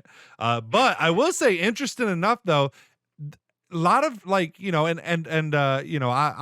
like to play the devil's advocate. So again, I really am not like, I'm not that paranoid. I don't cover my webcams. I don't, again, to me, it's more about I have my normal online identity. I mean, I'm very public figure. I do live streams. I do a live podcast. I put videos on YouTube. Like, I do vlogs of my life with my family out with my kids. Like, I don't mind all of that. Excuse me, I'm burping. That's right. But then I basically use privacy and the other stuff I know for kind of an online identity for certain things that and again, it might sound, like, oh, he's doing shady shit, but it's not that you're doing shady shit. It's just there's stuff that I don't want tracked about me, or that I don't want necessarily, that I just don't want to share, not because it's wrong, Right. but just because there's some things I prefer to keep personal. And so I Right. use those aspects to I learn about it enough to then be able to keep those aspects more safe from prying eyes, if that makes sense. But I will say, Right. interesting enough, most people say, oh, don't worry about it, no one cares. But like, even Mark Zuckerberg, a lot of the big guys in tech, if they all put tape over their webcams. The creator of Facebook covers his webcam. Which grant they're which they are higher up people, so you could argue, well, they have shit that they might need to hide or whatever. They might be working on secret projects, things like that. But I'm just saying, what's interesting is most of the big people working in tech do a lot of this stuff that a lot of normal people are like, oh, you don't need to, they're not worrying about you. Well, why are they so concerned about it then? And they're the people working in this technology. Yeah, see, I don't know, man. See, like, for me, like, I don't know. And I mean, I agree with you. I mean, in that case, I guess it makes sense. But I mean, I'm still stuck on the fact that it's like, it's a webcam, right? I think like what the hell are they gonna see physically? You know what I mean? Through your webcam that you don't want disclosed. Like, you know what I mean? Like, for me, like I said, what is it gonna be? It's gonna be me sitting here recording a video. You know what I mean? Like my open bedroom. You know what I mean? Like, what is it going to be? An office where you're going to see, somebody's cubicle? You know what I'm saying? Like, I don't understand, like, what a person gains from that besides like maybe audio. I mean, maybe hearing something, you know what I mean? Or whatever, not so much of the video, but more like hearing something. I don't know. I mean, it's the concept of it is just interesting to me, like in general, Well, and I know think there's it always matters. that privacy aspect. Like, people are like, oh, somebody's looking at me. You know what I mean? Like, which I mean, I get it. It's just, I don't know. Yeah, that doesn't bother me, the privacy. Like, I don't care if somebody sees me walking around naked in my house. I don't have blinds on my windows. My neighbors, they probably have seen my dingling out a couple times. Like, let's be real. But again, I think we're and like you said, I do agree, for most people it's probably a non-issue. But I do think it's important stuff to have and to have knowledge about. Because we do have things like journalists that get have secret sources, and like when Snowden leaks and all that came out about, all the mass surveillance our government was doing on the entire American people, normal everyday people, collecting phone conversations and text messages from just normal Americans. Right. Because eventually, like, you might not think like, oh, some person sitting in and watching. Yeah, they don't. But imagine when AI gets to the point that it can do it all automatically. So they're just collecting everything. And so you no longer have to worry about whether, and I know this is dystopian type future talk, but imagine that, like, you no longer uh, uh, have to worry about a person checking in on you, but you ran that red light and your phone GPS says you went through it, while the computer knows that the light was red, and you can just get a ticket in the mail from the computer that says you ran this red light. No one was there that saw you, no, but you ran a red light. You broke the law. And I don't think that stuff's far off. I don't think, or not far off. I think it is That far happens. off. That happens already. That happens already in my state. You can literally run a red light right now, and then they send you a ticket in the mail. Right, and then, right. and all If they it have is, and there's speed nobody, there's cameras. no cop there. There's no cop there. Yeah. There's no cop there. They have pictures of you with the time and date and everything with your license plate in your car. And it says, the light was red at this given moment, and it shows two different pictures. It shows the picture of the red light, and then it shows the picture of your vehicle. I mean, like past or so far, past the line, speeding through the red light. So then they give you a ticket. Right. So basically, with that, you're getting a ticket by a computer. Right. But now let's amplify that. So imagine when they can track everything you're doing, what else you can get a ticket for?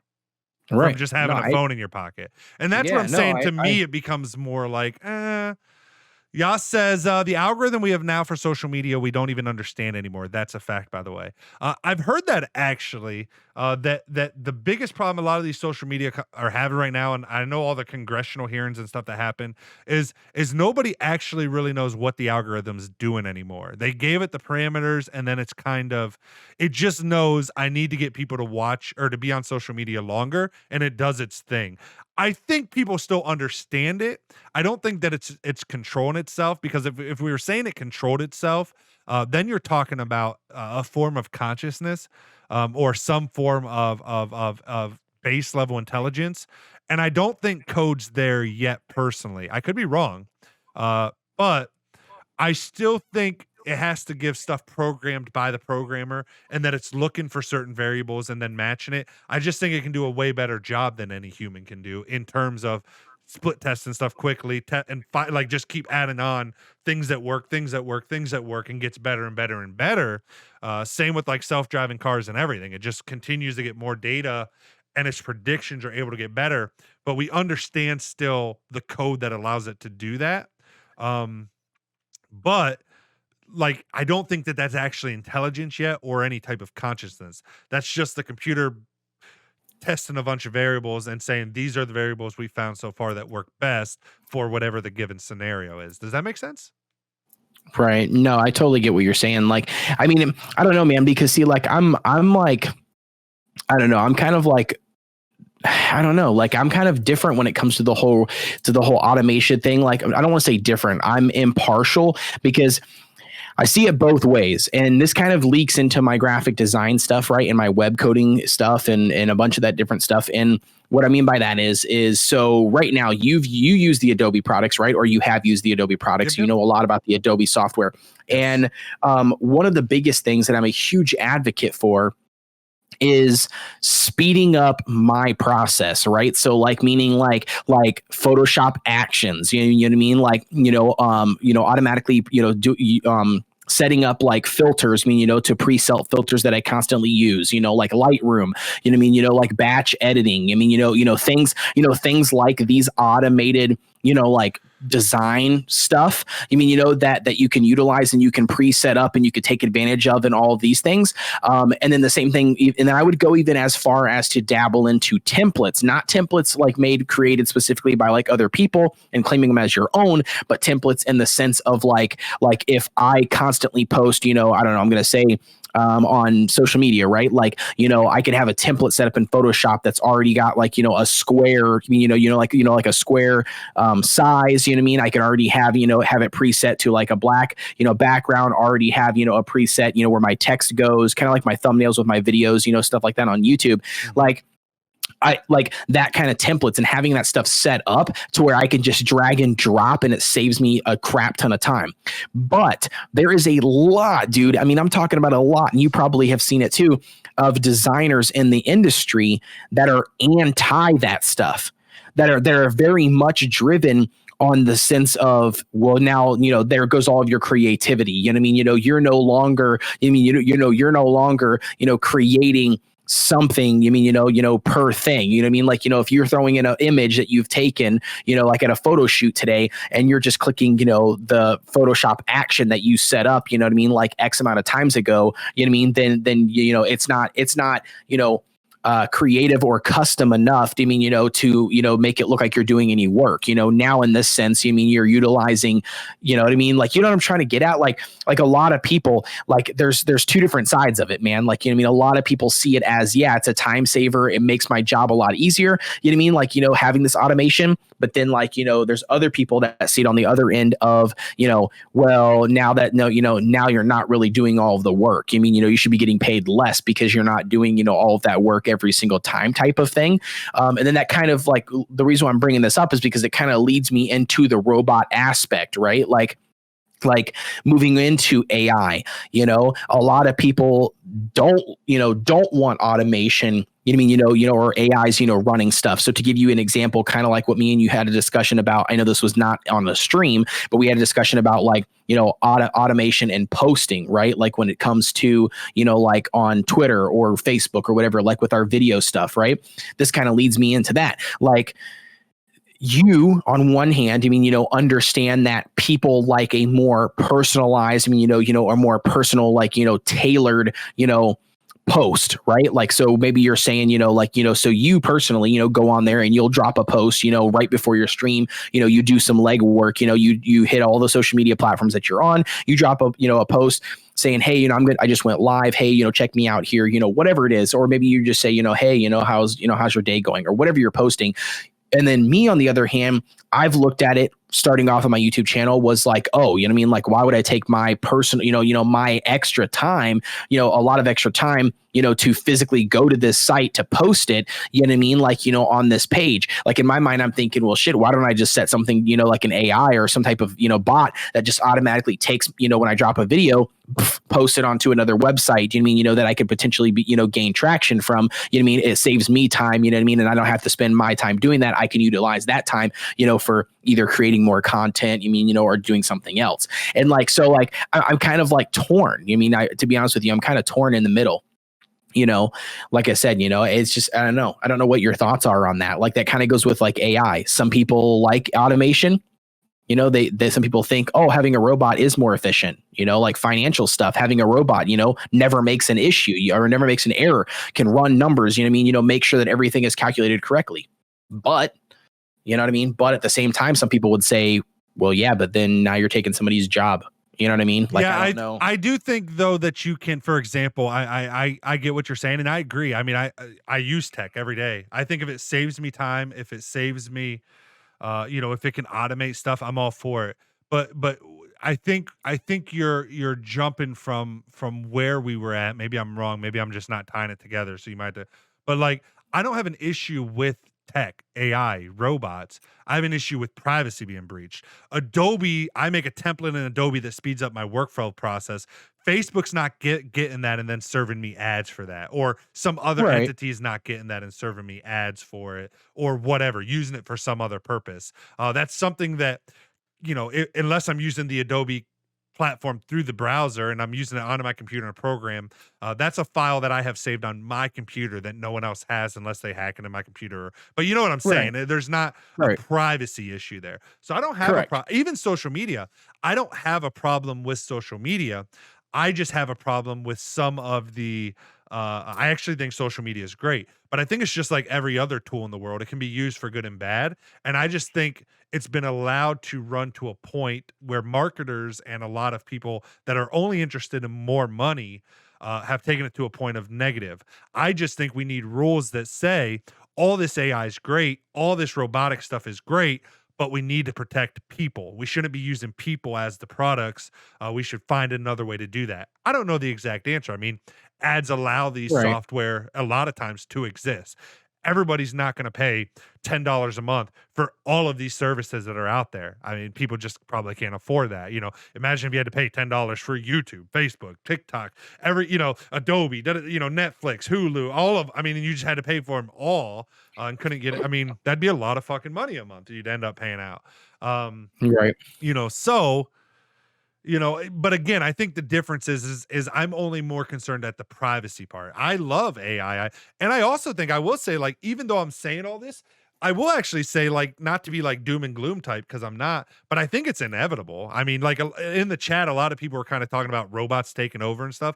I actually think that's inevitable. I think robots do take over. I think robots become smarter than us at some point. I think AI wins. I think it's just like whether you believe it or not, I'm just using it, because I know some people don't, but let's say you believe we came from apes. This is just another part of the evolution process. It's just now going from beyond biological life forms to, electronic life forms, basically. I think we hit that point at some point, whether that's in 50 years or another 5,000 years. I'm just saying, if you look ahead, you almost can't see it not happening. So I actually think they win. I think stuff like what Elon Musk is doing with Neuralink, which is where we can interface with AI. It's a device that goes on us that lets us connect to, interface with electronic signals and stuff, and then process information much faster than we're able to biologically with our brains. I personally think we need that stuff to compete with AI and stuff in the future. It's not, it's not that I'm saying, like, I don't want any of this stuff to happen. Again, even if I would say, if it saves, I don't even mind. Like, I've said this before, I think when me and you were talking Codations, I'm not totally against the Matrix. I'm not totally against robots and AI being able to do everything in the real world. And I can jump in an AI program that feels like real life and one day be over in Paris, looking at the Eiffel Tower, and 10 minutes later teleport over to, some other place on the world, even though it's in fake AI, but it looks so real, to experience that. Like, I'm not totally against the whole, Matrix type thing, like where we live kind of a digital life that feels real or whatever. I just prefer to have the option that when it gets to there, instead of like the Matrix where everybody's trapped in there unknowingly, we have the choice to plug or unplug in and out of it whenever we want. So I like the technology. I want the technology. I just think the choice needs to stay the individual's in terms of privacy, in terms of use. And again, I think the problem with a lot of these programs nowadays is that they're controlling you on a what's it called, like a instinctual level. What's that called? Like your primitive level of your mind or whatever that's called. I can't think of the actual word for subconscious. Yeah, like they're subconsciously causing you to do. It's almost like a virus in your head that causes you to do something you may not want to be doing, like spending 3 hours on Facebook mindlessly scrolling. I don't think most people, if you ask them, do you enjoy scrolling Facebook for 3 hours a day, would say, yes, I love it. But yet, if you look at most people's phones and you look at the statistics, they're probably spending, and when I say Facebook, insert social media here, but they're spending 3-4 hours on their phone, even though they say that would be something that most people would say, like, no, I don't love spending 4 hours a day scrolling through a social media site.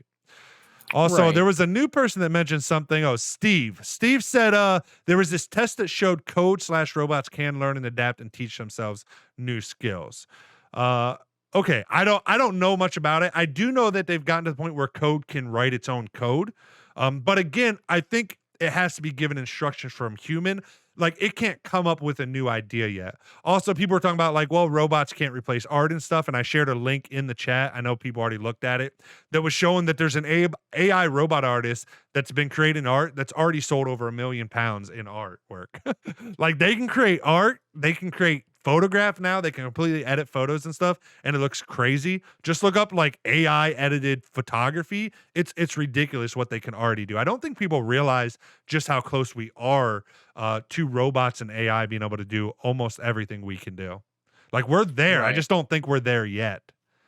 Right. And just to jump back to what Yep. I originally said about the Adobe stuff, like, no, I was just tacking that on, I wasn't trying to like make them the same thing. I was just trying to get your opinion because you use the Adobe products. I mean, like on the automation side, because, AI and robots, you know what I mean? Like in the grand scheme of things currently, are utilized in that automation. Those are, in my opinion, those are still robots. Like they're coded, to aid in those, specific anything that you can automate. So I'm just referring to like, what is your opinion on that take? Like, do you think right now, right? Like if you go to YouTube, you type in somebody like Peter McKinnon, right? Like, all these people who want to be like Peter McKinnon, right? So they're doing these daily, podcasts, vlogs, whatever they're doing, And they're, taking all these photos. They're trying to do this Peter McKinnon style stuff or David Schiffer, stuff. But yet the work that they're producing is top notch, right? But to the world, it's top notch. But then what if you find out that all they're using is a bunch of bought presets that aren't theirs? You know what I mean? Like, Hold on. Is that a problem or is that not a problem? You know what I mean? Like, because I feel like, like I said, I've heard both sides. I've heard some people say, like, well, it's technically not their work. That's not they're buying somebody else's presets or they're using free presets online, onto a photo that, they took, but without those presets, the photo wouldn't look good. So it's not really their work. They're not that great. But then you talk to somebody else who's like, but it makes their work, or their workload a lot easier. And a lot faster. They can pump out more work, whatever the case is. You know what I mean? And if it's a tool at their disposal, why shouldn't they use it? Yeah. I think personally, here's what I think with artistry in general. I think anytime, I don't think like there's argument like and I always bring it up because I do photography. I don't want people to think like I get offended because some people say photography ain't art. I don't really care what other people think. That's like the honest to God truth. I just like photography. Right. But in that sense, like art becomes art when you're consciously making a decision on how you want something to look or feel or whatever. So that means to me, like you could be a painter. You could like Princess paints lots and lots of stuff. All right. I can paint a house. The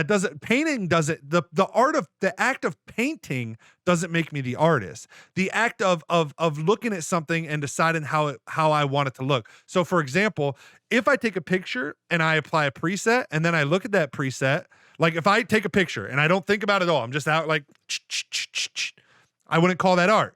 If I just go out and snap pictures and I'm like, and then I throw on just a LUT that I found online and post it, I don't consider that art.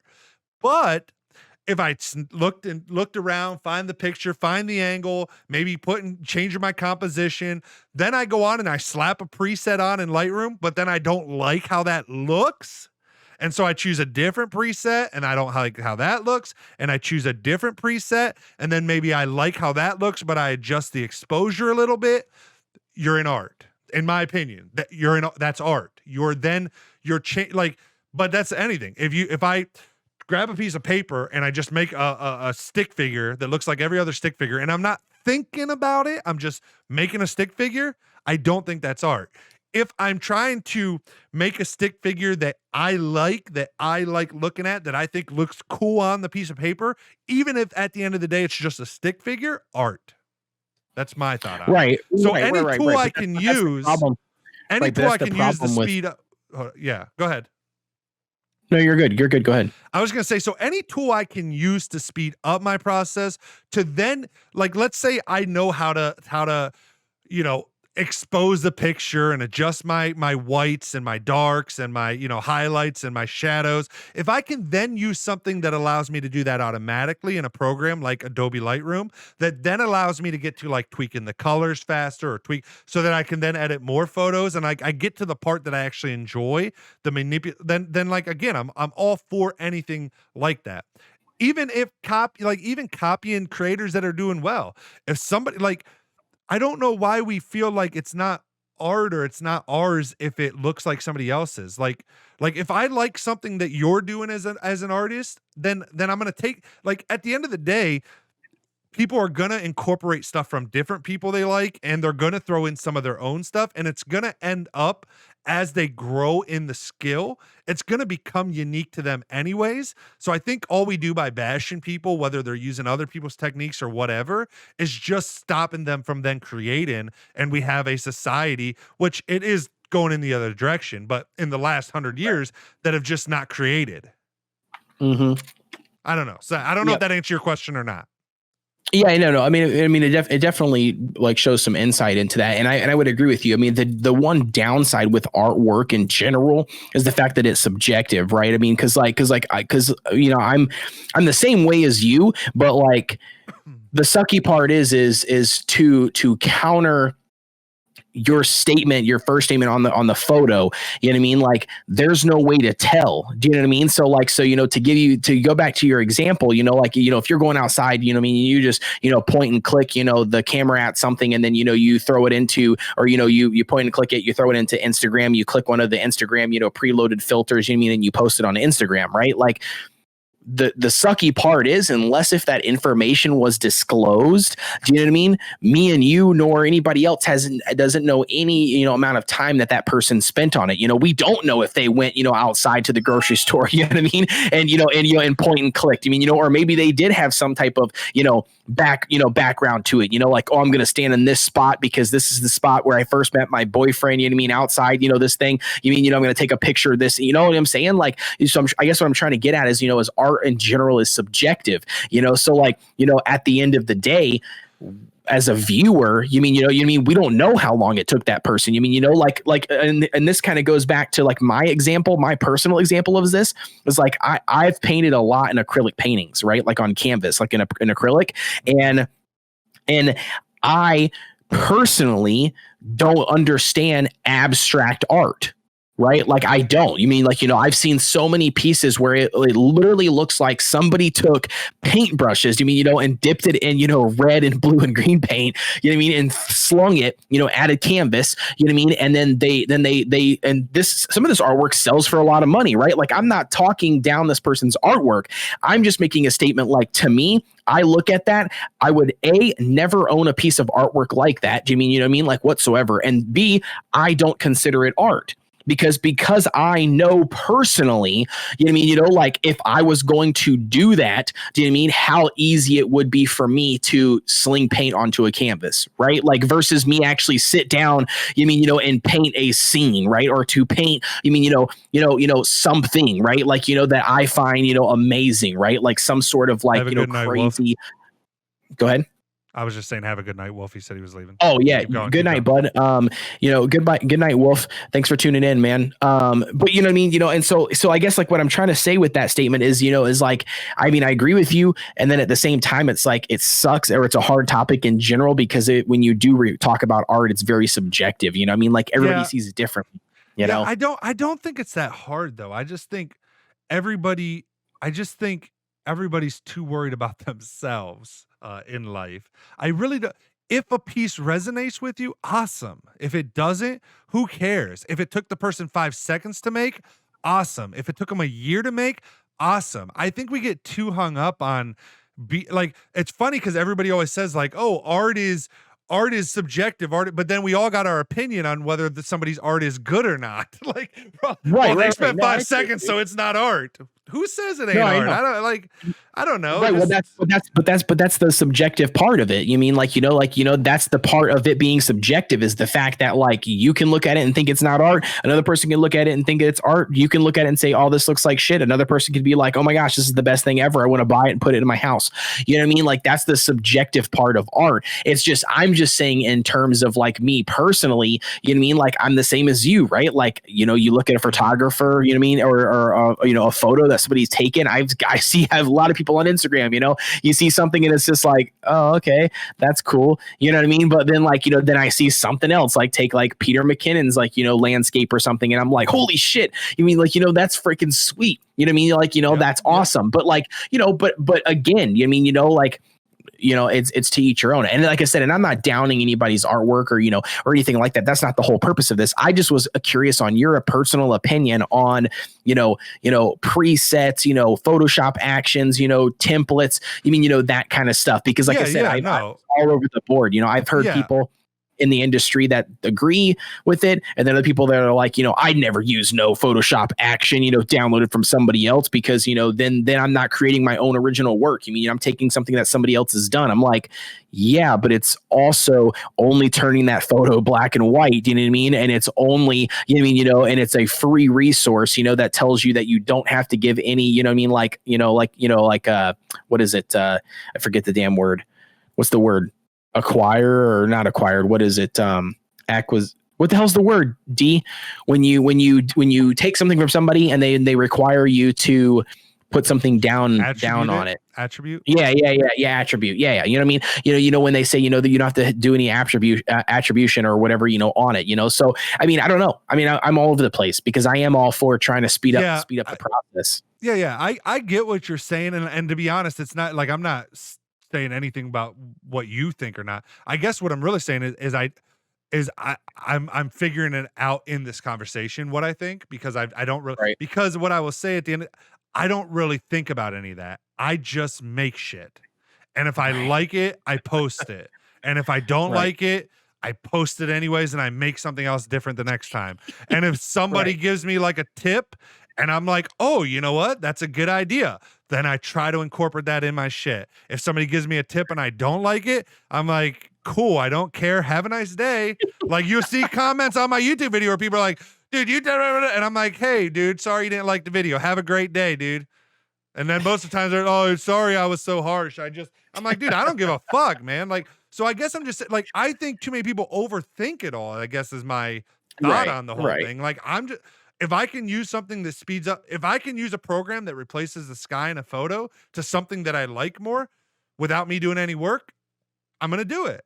If I want to replace the sky manually myself because I think it looks better than the AI can do it, I'm going to do it. Like, I guess I don't think, I guess I just don't care enough one way or the other outside of just not wanting to ever be so afraid to post my art. Right. Like to not ever overthink posting my art, if that makes sense.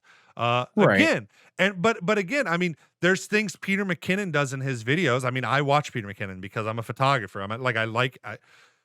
I steal some of that. Like, I think art is a collaborative effort. I mean, to think that you created any piece and that you did that on your own, I'm very much of the belief of like global consciousness. Like, anything you can do today is not because of anything you did. It's because of millennial of human beings that have got us to this point anyways, that you can even fucking use a computer to edit photographs or even take a picture.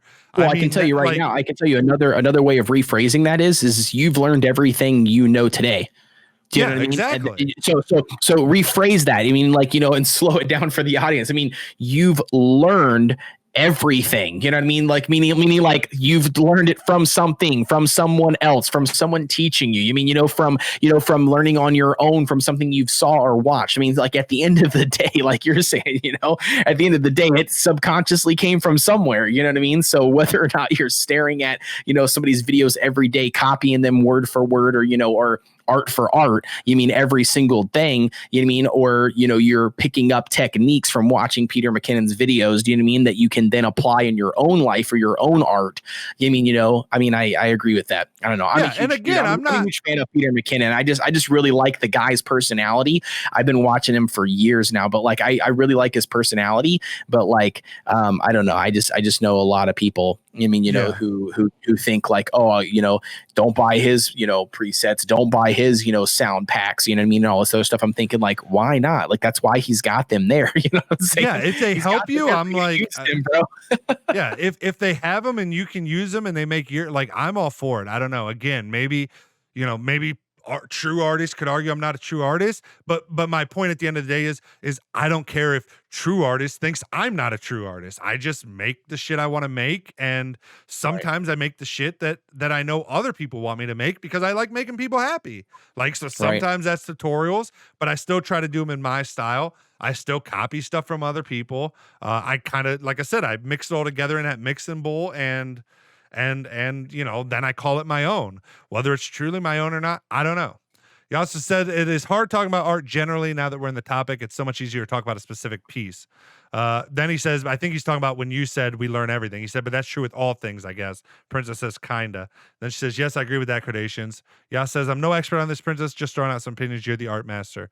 Princess says, yes, that's different, Eric. Now, I do agree. I mean, if Peter McKinnon takes a photo and I go to the exact same spot, I take the exact same photo, I edit it to look exact. I mean, I have it compared on my other monitor and I edit all the colors and everything so it looks exactly the same. I think I did a tutorial. I don't think I made art.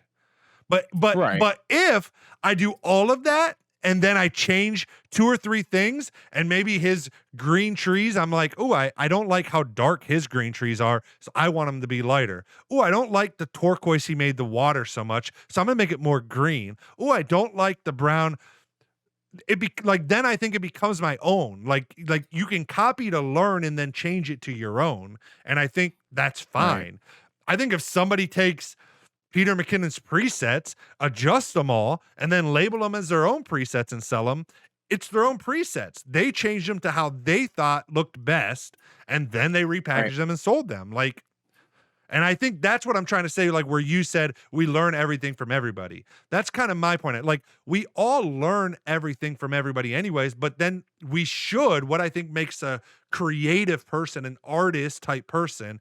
Like, I don't even know if I like the word artist just because of the connotation, because we always think of like, old school, like painting and stuff like that. But I like the word creative. What makes it creative is when you then take it and start making it your own. Does that make sense? Right. That I think's the difference. Yeah. No, I would. Yas says as long as the changes aren't too minor. See, I would argue, and this is just my personal opinion, I'm not saying I'm right, but I would argue even if the changes are minor, if you altered something to look more like how you think it should look as a person, what makes you feel like that looks more correct, I think that is creativity. I think that you're taking something and changing it to something else. I mean, that's literally what Peter McKinnon's doing as a photographer. He's taking a picture of something and then he's changing it to how he thinks that photograph should look in his mind, how he saw it that day he was standing there. Same thing I do. Now, again, I'm not talking about on a monetary level. I mean, if your shit's too close to another person's shit, you can get sued, you can talk, but I'm just talking about the default of not creativity versus creativity, if that makes sense. Right. No. Yeah. No. I totally get that. And I would basically, the easiest way to put that, like you already said, would be the biggest thing is doesn't matter if the word minor or major comes after the word change, it's changes. You know what I mean? Like that's the key focus. I mean, if you take something from somebody and you've made changes, minor, major, small, big, doesn't matter, how many changes, nothing. If you've made changes, then it's no longer that original work. Do you know what I mean? And that's the way that I see it. I mean, like that is that person. Then at that point, that's their theory behind it. And that's where that law comes into play. I mean, that's why somebody can take something from something, and make changes, to it. Now I know there is some, major and minor, law aspects to, copyright and everything. I get that, but I'm just saying in terms of, art in general, I mean, I understand that you take something from somebody, Peter McKinnon's presets, you then decide that, this needs to be tweaked or whatever, and you change it, even though side by side, it might look quote, quote, minor to people, it's still that person's taste. I mean, that has changed, that they have made modifications. Therefore, it's not, taking it from just Peter McKinnon. You know what I mean? Correct. Yeah, I do. I agree with you 100%. Princess says, I think you can actually get sued for that. LOL. She said, if someone took my Mac painting, for example, and just changed the lips green, I'd sue them. LOL. Again, I agree. I'm not saying anything about, that's why I said not talking about money. We have a legal system designed to protect people's original work. And I would argue that at times it's flawed and sometimes it works good. But I mean, for example, I can make a red purse. Somebody could go out and make a green purse and they could sell that. It could look, all purses already look similar. It could be the old style of it has a little latch and a flap that opens, and it's green. Somebody makes one and I make one red, and I could probably sell that and get away with it because all purses look pretty similar. Right. And Well, again, there's a lot of products out there in general that are the exact same product, and even though a company has a patent on that said product, that other company gets away with it because they're, even if they are minor changes, do you know what I mean? Or like the average person doesn't really pick out those changes visually. You mean without dissecting that product? I mean that's how multiple competitor products exist. Do you know what I mean? Like they've made some changes to whatever a product. well, That just somebody look at originally had. just look at mobile phones. Most cell phones nowadays, whether it's like they look pretty much similar and have one or two minor changes. And they, Right. Apple's look pretty much like Samsung phones nowadays. They look pretty much like Google Pixels. I mean, they all look Right. pretty Right. similar. Well, They might have headphones are the same. Headphones, are the same. Mics are the same. I mean, at the end of the day, it's like, okay, somebody originally came up with it. Do you know what I mean? Somebody originally came up with the headphone over the ear style headphone. You know what I mean? And somebody was like, oh, that's kind of cool. Well, let me make a tweak to it. Boom. Come out with their own line. I mean, that's how it all works. Art is no different in the sense of, a person coming up with something or making tweaks to somebody else's stuff. Do you know what I mean? Like, and I just think, Yep. go ahead. Yasuo says, I see what you're saying, but you can only take that and run with that for so long and call it creativity. I just can't see someone changing up a few colors and mixing a few things up and think, yes, that was very creative of them. That's now what's going to pop into my brain first. Yeah, you might not think it's very creative of them, but then my question would be, so how many minor changes does that art piece need before it's then creative? I don't think that's a question people can answer. I think that's a question that would change versus every single person you ask them. You might say, Right. oh, it needs to have 5 minor changes. Like if you had to make a law tomorrow on what was considered creativity, okay, do it. Like what would be your law? Like I would agree. Like, and I'm not saying I disagree with you, Yasso. If someone took Princess's pain and, for example, we'll just use that and change the color of his lips and change the skin tone a little bit, but it was the same drawing with the same background she had and everything. Like I'd be like, yo, this is a ripoff of Princess's work. But I would still argue that the person was operating in a creative mode because they saw something and they said, I think it should look like this, and they made those changes. I mean, that's in my opinion the definition of creativity. Seeing something and changing it. I mean, even a painter painting on a blank canvas, they're seeing a white canvas and they're seeing a bunch of colors that already exist in nature. And they're saying, how can I combine all of these colors based all of the things I've seen in my life to or whatever I can imagine in my brain and come up with that, and we call that creative. I just don't think there's a difference. Again, if we're talking about protecting people's work and stuff, and we're talking about bringing money into it and people's livelihoods and stuff, then yeah, we have laws around that. I agree with those laws overall. Again, I think those get abused sometimes, like the stuff with DMCA stuff from music labels. I think the music industry is on the way wrong side, kind of this stuff.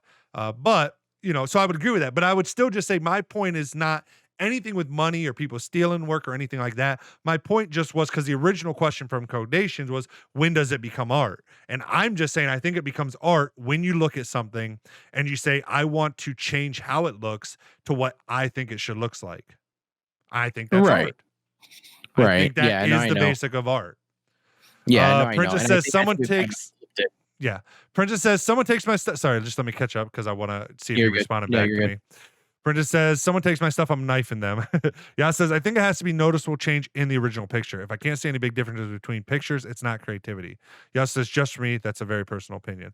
Right, but that's what I'm saying. Everybody has their opinion on that. So I'm just saying, because I realize, like, my opinion probably lines up with yours, Yasuo. But if someone took one of my photographs and changed one thing on it and said to me, how do you think this looks now? What I'm saying, I guess, for me is personally, even though I agree with you, Yasuo, that I'd be like, I don't really find that creative or not, I'm all about encouraging creativity. So even if I don't feel it's creative, I'm going to encourage that there was an act of some type of creativity in hopes that then it causes that person to grow in their creativity. Does that make sense? I guess, yeah. I mean, I guess for me, I don't know, man. Like, I mean, I guess for me, I don't know why it really matters. If money is taken out of it, I mean, if we're not talking about the monetization, like money aspect behind, like, this is a famous print, right, of like the Eiffel Tower, right, and like, what I mean, and I'm the only person that's ever taken this photo, that looks this way. I mean, and I'm selling them like crazy, and then somebody, I don't know, then somebody like on the street, buys a photo of mine, scans it in and then makes changes and edits to it, or whatever. And then they're trying to then sell my photo with edits to it. Like, obviously, if we're not discussing that side of things and we're more focused on, like you're saying, where, you've posted a picture somewhere, on Instagram, and somebody, saved the photo, made some edits to it and was like, hey, check this out. Look what the edits I made or whatever.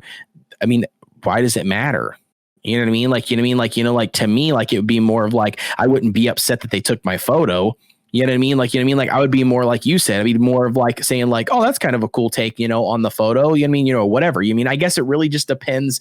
I don't know. I think it really just depends on the situation, and how that said items being sold or sold in the sense of like, what they're doing or not doing. Because I feel like, yeah, once you bring money into it, then obviously it changes the game. Like if a person was to take the Mac Miller image, by Princess, and then like make modifications to it, like change the purple, the lips, green, or, this or that, or this and that. Like if they weren't selling them, do you know what I mean? Then does it really matter? You mean, that they took the image and changed, the lip color and, made edits to it? Because if they're not selling them to make money, does it really make a difference? Right. Like, but then yet now, if you take into consideration, like if they were trying to then turn around and sell her image, that's her image, but then they just changed the lips green and saying like that's theirs, then that's copyright shit. But I'm just saying like in the sense of like that somebody just, I don't know, making edits to it. Well, right. And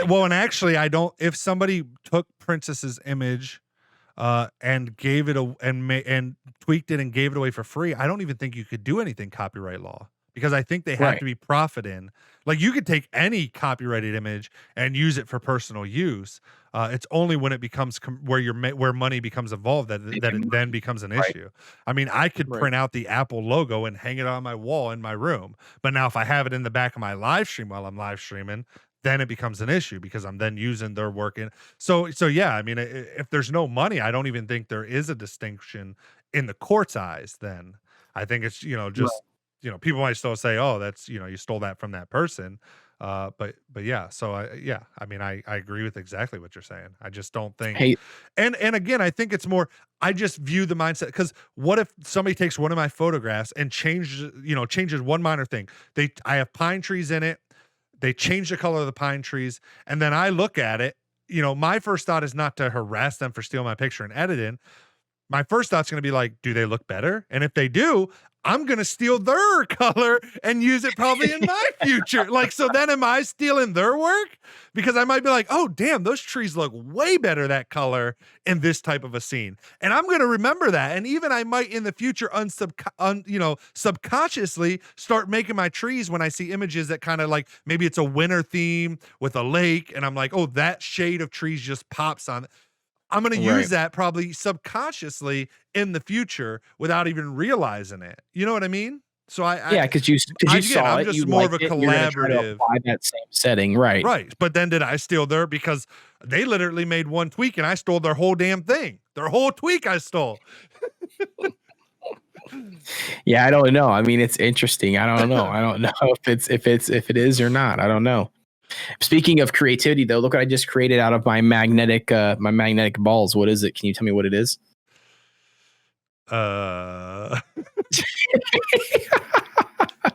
That's very creative of you, Cardassians. Yeah, it's my own creation. I just created it. Nothing else out there is like it. Is it actually supposed to be something? Because I don't know. Yeah, it's just a tampon. Oh. Well, then you didn't create that. That already exists. No, it's my personal creation. There's not one made out of magnetic balls like this.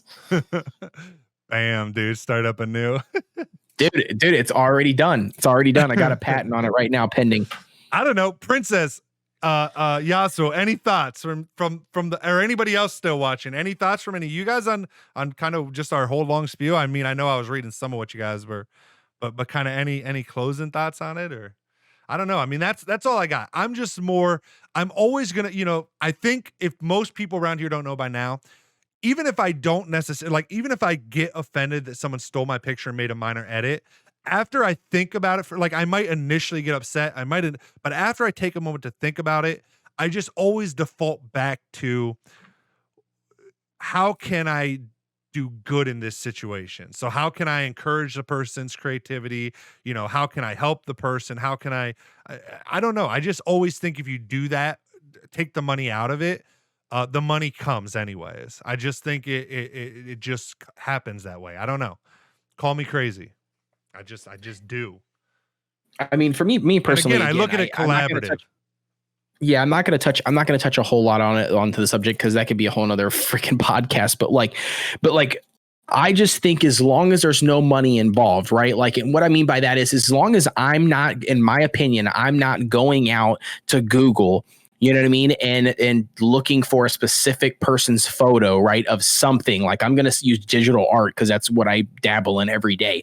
But like, let's say I'm hunting something, I mean, for, I don't know, like a vector icon or something, of like a, I don't know, mailbox or something. And I go out there and I go to Google and I type it in, right? And instead of going and I click on a stock site, right? And I see, that, oh, they've got this image up here. It's splashed, it's plastered with, uh, watermarks, right? And then I copy, I take a screenshot of that logo, right, with the watermarks on it. Then I go to Google, or no, then I go to the Adobe programs, you know what I mean? Then I throw it in Illustrator, then I image trace it, you know what I mean? And then I basically do no modifications to it, and then take that image without paying for it.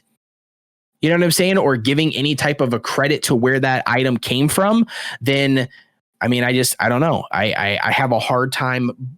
I have a hard time justifying there being an issue. You know what I mean? Like, Like if I'm not doing that and instead, which I've done this a bazillion times, which again, Princess, other people, that are very, artist driven, maybe they would have a problem with this, but I've done it numerous times where I've opened up Google, and I'm looking for a specific icon, right? Like I'm looking for a mail icon or looking for a newsletter icon or something, right? I'll go to Google, I'll find something, that I like. You know what I'm saying? And I'll be like, oh, this is cool. I like this. Or it's like, oh, I like this, right? I will look at it, decide in my head, oh, I could easily, design something like this. That looks pretty damn close to this. Not taking their image, but then I go to Adobe, open it up, start designing, start playing around with, the tools that I have at my disposal, And then I come up with something very similar, that I do like, that, I've made some tweaks or did something to it, that I liked a little bit better, or that fits my design that I'm doing, better, But my inspiration came from that piece. Does that make sense? So I don't really think that's a problem in that sense. You know what I mean? I mean, sure, I could have went there and I could have paid $5, for that, that icon, but it's like, if I, why would I don't know. I could be wrong. Maybe I'm looking at it differently, but I feel like if I see it and I like it and I know that I have the ability to create it or create something similar to that, and I'm just using it to draw inspiration from, then I'm not really sure why that's, a negative thing. You watch Peter McKinnon, you like the way he makes a preset. So it's not like you're going to Peter McKinnon's presets and buying his presets, which you might be, but I'm saying, I own Peter McKinnon's presets. Right. But I'm saying, then you go into Lightroom, you know what I mean? And let's say you decide that you want to build the same preset that he just did a tutorial on how to build. I don't feel like you're really ripping that preset, from him. You know what I mean? You're literally recreating it yourself. You know what I'm saying? I don't know. Yeah. I don't know. And like I said, I mean, I don't know that, I hope I didn't come off sounding so matter of fact about any of it. I'm just sharing my opinion. I don't know. And like Yasso said, which he just said here, he said, yes, me too. I can see how it, Princess says, I just think creativity is just different for everyone.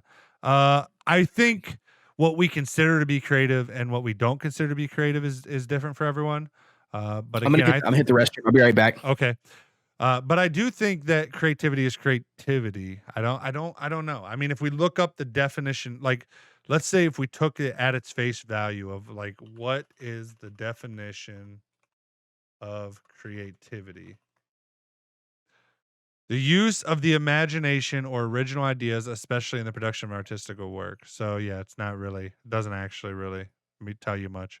But anyways, yeah, it says, yeah, me too. I can see how it can see, I can see how it can see how, yeah, yes, me too. I can see how it can seem how one minor change can spiral down to an entire change to the whole thing. Just let it evolve into that point until you post it and call it creative. Yeah, I agree. I just think new people, they start off with just doing a couple changes. And I just, again, I just don't think it hurts or helps to bash them when they're trying to create. Yas says, and if it doesn't evolve into an entire change, let it run its course. Don't just tweak a few things and call it there. Strive for more, tweak more, improve more. Yeah, I agree completely. Yas says, last message on this Reddit thread I have made in your chat. LOL. If you literally cannot think of anything else to tweak or improve, then I would consider it a collab piece at that point because they have put so much effort in the point they don't know what to make any better. I mean, yeah, I mean, I don't think collab's a bad word either. Um, I would agree with that. I would just also say that I don't.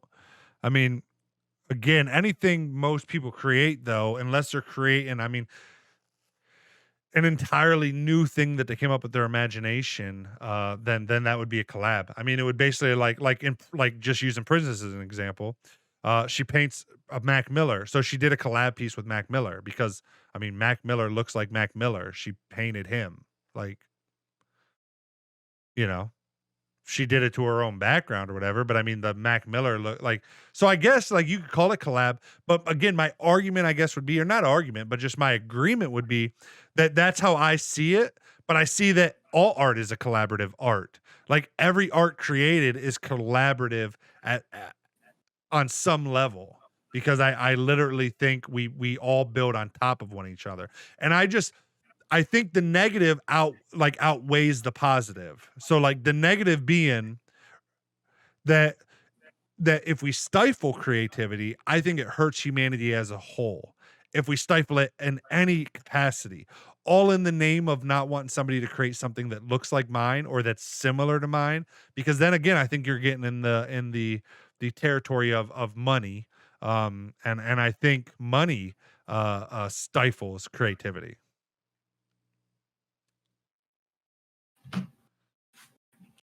And so I think that's a worse outcome than just the positive of letting people be smallly creative and possibly making something that's very similar to what you already created. Does that make sense?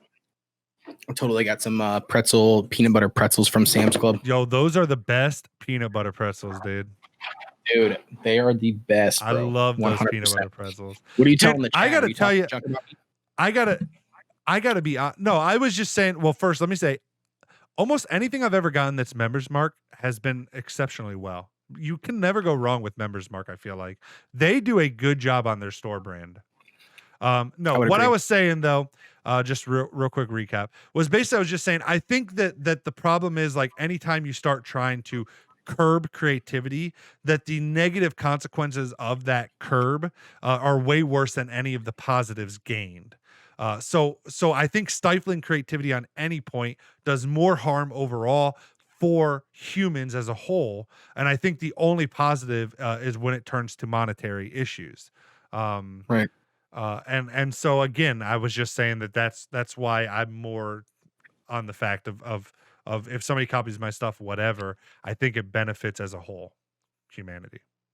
And I think that's more important than the negative of having somebody have something that looks similar to yours or even make money off of something that, like, personally, I don't even care if somebody makes something similar to me and sells it and makes money with it. I don't know. I just think it somehow all work. I guess I just believe in karma too much, I guess. I don't know. Princess, for me, it's just an uncomfortable thing because if I sat there for days, come up with ideas, then spend a month creating it, I feel like my value and time is mocked when someone takes my exact images and just changes one thing. Yas says, right. I think that's what he's getting at is that we shouldn't suppress any form of art, even if it's small change, but you have a right to feel that way, Princess. Yes, exactly. I think, yeah. I mean, if someone took my image, changed one thing, and posted it, that's what I'm saying. I would agree. I would probably be hurt. But then after a minute of thinking about it, I would probably just say, fuck it. I think people being creative is more important than my feelings getting hurt that somebody copied my thing. Again, now And I if you're think it also bringing depends. monetary in, that's a different issue. Right. I think That's what I was gonna I say. agree. As a society, we've made an agreement that artists should be able to protect their work, not just artists, anybody that makes anything. And I would say that probably is good. I mean, you can't expect people to create something and then not be able to monetize it and starve to death, because then they're not going to be able to create either. So I definitely think it's a balance. I'm just saying personally, I err on the side of leaning more towards the positive side. Is all I'm saying. I think you definitely have a right to be offended if somebody jacks your shit and tries to make money with it, or even if they just jack it and post it as their own. Um, it's kind of like the YouTube comments for me. If someone posts something negative on my video, like, yes, when I in the act of reading it, it might hurt my feelings, but I've just learned in life very quickly that after that initial 3 seconds of my feeling getting hurt, to just kind of throw my hands up and say, whatever, karma. If I can, Right. like, even if somebody's doing me wrong or doing something wrong towards me, if I return that with good, no matter what the situation is, I'm gonna get an even better reward from karma. Like, it's almost a selfish thing, because I'm like, damn, if this person does me dirty and I don't respond dirty back to them, and instead I'm like, dude, I love you. You're the best human being ever. I hope you have a great fucking day. Karma's gonna be like, dude, Derek is the shit. Let me bless that motherfucker.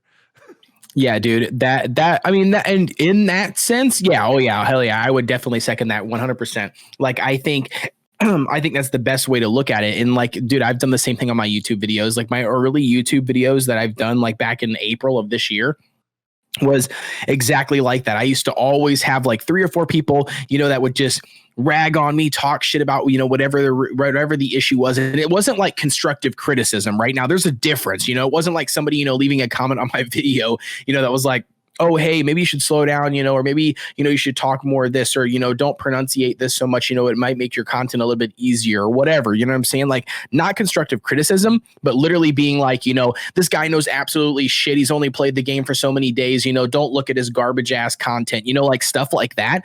Those comments, my response initially was like every other human, was instantly like, oh no, fuck this guy. You know what I'm saying? Like, freak out on him. But then I was like, nah, you know what I mean? My response back to him was, unfortunately, or sorry, something like, I'm sorry, you don't find the content, to your, your liking or whatever, thanks for the feedback.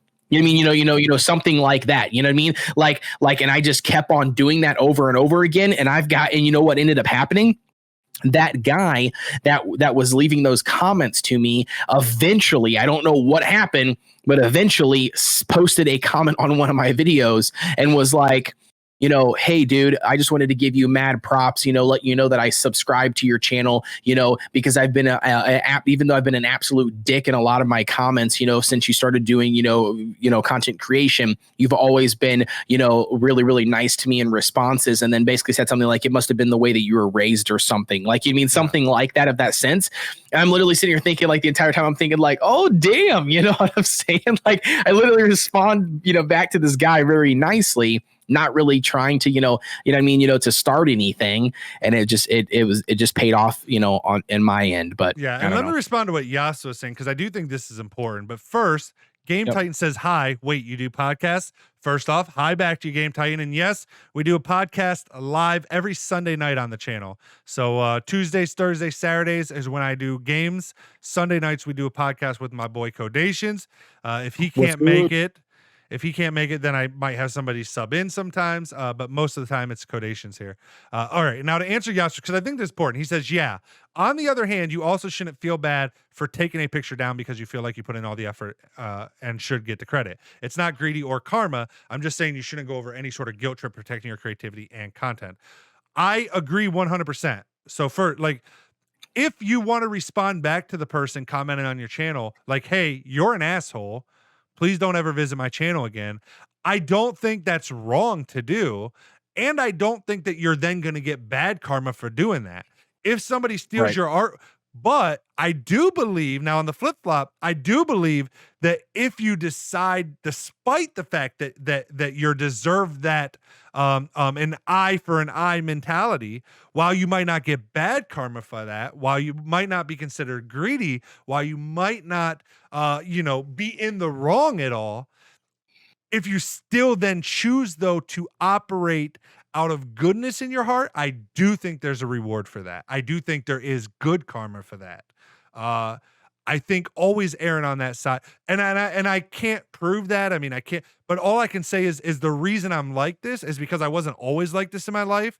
But when I made the conscious decision to do that, um, I noticed the changes in my own life. It was I actually like I know sometimes I sound very woo woo, I guess. I don't know woo woo is the word, but I sound very like everybody's like, Derek, are you're really trying to act it like I'm not perfect. I sometimes get pissed at people and do, but I've just learned the more that I can be how I'm trying to say that I try to be towards all this, it's only helped me in life. Like I'm going completely off of anecdotal evidence, like my own personal life evidence, that my life was shitty.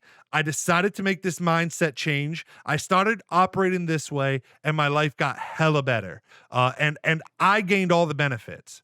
No longer caring about all the shit people did to me. No longer caring about all that negative. Just focusing on not letting that person then make me act that way or me whatever, whether I was right to do it or not, whether you have every right to do it or not. All I, and it's not like I'm not like preaching. I'm not trying to like, Christianity. I'm not trying, but like I'm just like good always begets good. It's just like it's a natural law of the universe. And again, the more I try to just pump out positivity and good, the more I get it back in my own life. The more I just try to pump that out 24/7 to the extent where sometimes I don't buy my own bullshit. I'm like, Derek, you don't believe all this. But then I'm like, fuck you. Yes, I do, bitch. Set the fuck up to my own self. And I just like the more I do that, I've never seen any negative returns on doing that ever. Again, in the past, have I come back, clap back at people? For sure. Did it make me feel good in the moment? For sure. Do I think I was wrong for doing it? Hell no. But I don't think I was getting the full benefits that I could be getting out of the universe, karma, whatever you want to call it. Because I think when you get the most benefits is when you have every right to do that, like you're saying, Yasuo, but then you still choose not to do that. I think that's when you get the most out of it. And whether that's just you personally learning something or somehow, I don't know. I don't know the answer to it. I just know that personally for me, it has changed my life completely around. My life has only gotten better the more I forced myself into this attitude, because again, it doesn't always come easily. It's not always a like I want to be this way or do this way or try to think this way. And sometimes I don't. And I got to like beat myself into it. Like, no, you said you're going to do this. You said you're going to be this type of a human being. You said you're going to put good and positivity out in the world, whether you feel like it or not. And I just keep hammering that away. Again, all I can say is it's always, always, always worked out for my good. Like it's always been great for me. All right. Anyway, sorry. That was a little tangent. I don't even know. Like, and again, I'm not saying like, I hope that doesn't come across as like me preaching at you or saying you're wrong for the way you're handling it. Cause I'm not. I think you're totally justified in handling it that way if it happens. You know what I mean? I just think when you choose to not, there's really unspoken benefits that's hard to put into words to get people to understand. And I think it's really important in life. And I wish people told me that sooner, like really beat it into me and got me to understand it at a sooner point in my life. So that's why I just try so hard to beat it into everybody else. Right, I completely understand that. I mean, like I said, I mean, I don't know. I mean, I don't think I think about it, to be honest with you. Like, I mean, me personally, like, I think I just, and I'm not trying to say I'm superior in any means. I'm just saying, like, I don't know, like it's kind of just been bred into me. Like that's kind of like how I've kind of lived in general, is like, I've always believed in karma. I've always believed in, doing what I felt is best, in any situation at any given moment, you know what I mean? And we've kind of had this talk before on one of the very first podcasts, but like, I don't know, man. I'm very much like, well, I made that decision for a reason at some point in time. I mean, whether or not other people agree with that decision, at a certain time, you know what I mean? Like I still feel like that decision was made for a reason. You know what I'm saying? Like, it's kind of Yeah. hard to explain, but like, you know what I mean? Whether it was a lesson that I learned, you know what I mean? That, or something that I learned from that experience that obviously I don't want to make that mistake again, but yet at the same time, you know what I mean? Like, I don't look at it in the sense of, oh, I didn't do this, so I got something bad. You know what I'm saying? Like, you mean, like, I look at it in terms of just like, well, I made that decision. You mean I learned from that experience, I grew from it, did whatever, made whatever the modifications I needed to, and then I kept on trucking along. You know what I mean? And that's kind of like, where I'm at, now. And like you said, I agree with you now in the sense of, yeah, I mean, I don't, I believe hardcore in karma. You know what I mean? I believe in, just constantly doing, good towards others. Do you know what I mean? Like, do I feel like I go out of my way to do that? No, just in the sense of like, I think I just already do it. You know what I mean? Like, you know what I mean? Like, I don't think I'm ever having like an experience where I'm always like, should I get out of the car, and help like that lady, carry her groceries inside, cause it might be good for my karma.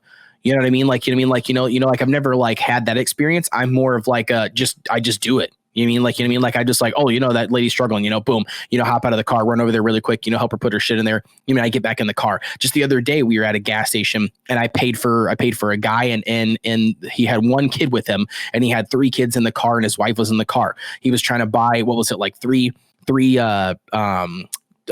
individual sodas, right? Like it was like Mountain Dew and a couple other stuff. And then he was trying to buy a pack of cigarettes. And then I think he had his kid that was there had like 3 or 4 like pieces of candy on the thing, like Skittles and something else. And he was right in front of me. And it's just second nature to me. So like, the guy standing there, he's trying to pay, he pulls out his card, he goes to swipe it, the teller's telling him that it's declined or whatever, you know what I mean? And I think the total was like $10, right? And so like for me, I'm standing behind him. I've got 10 or so people behind me in line, waiting to get through the gas station. You know what I mean? Like, the guy's holding up the line. You know what I mean? The teller's telling him that his card's not swiping.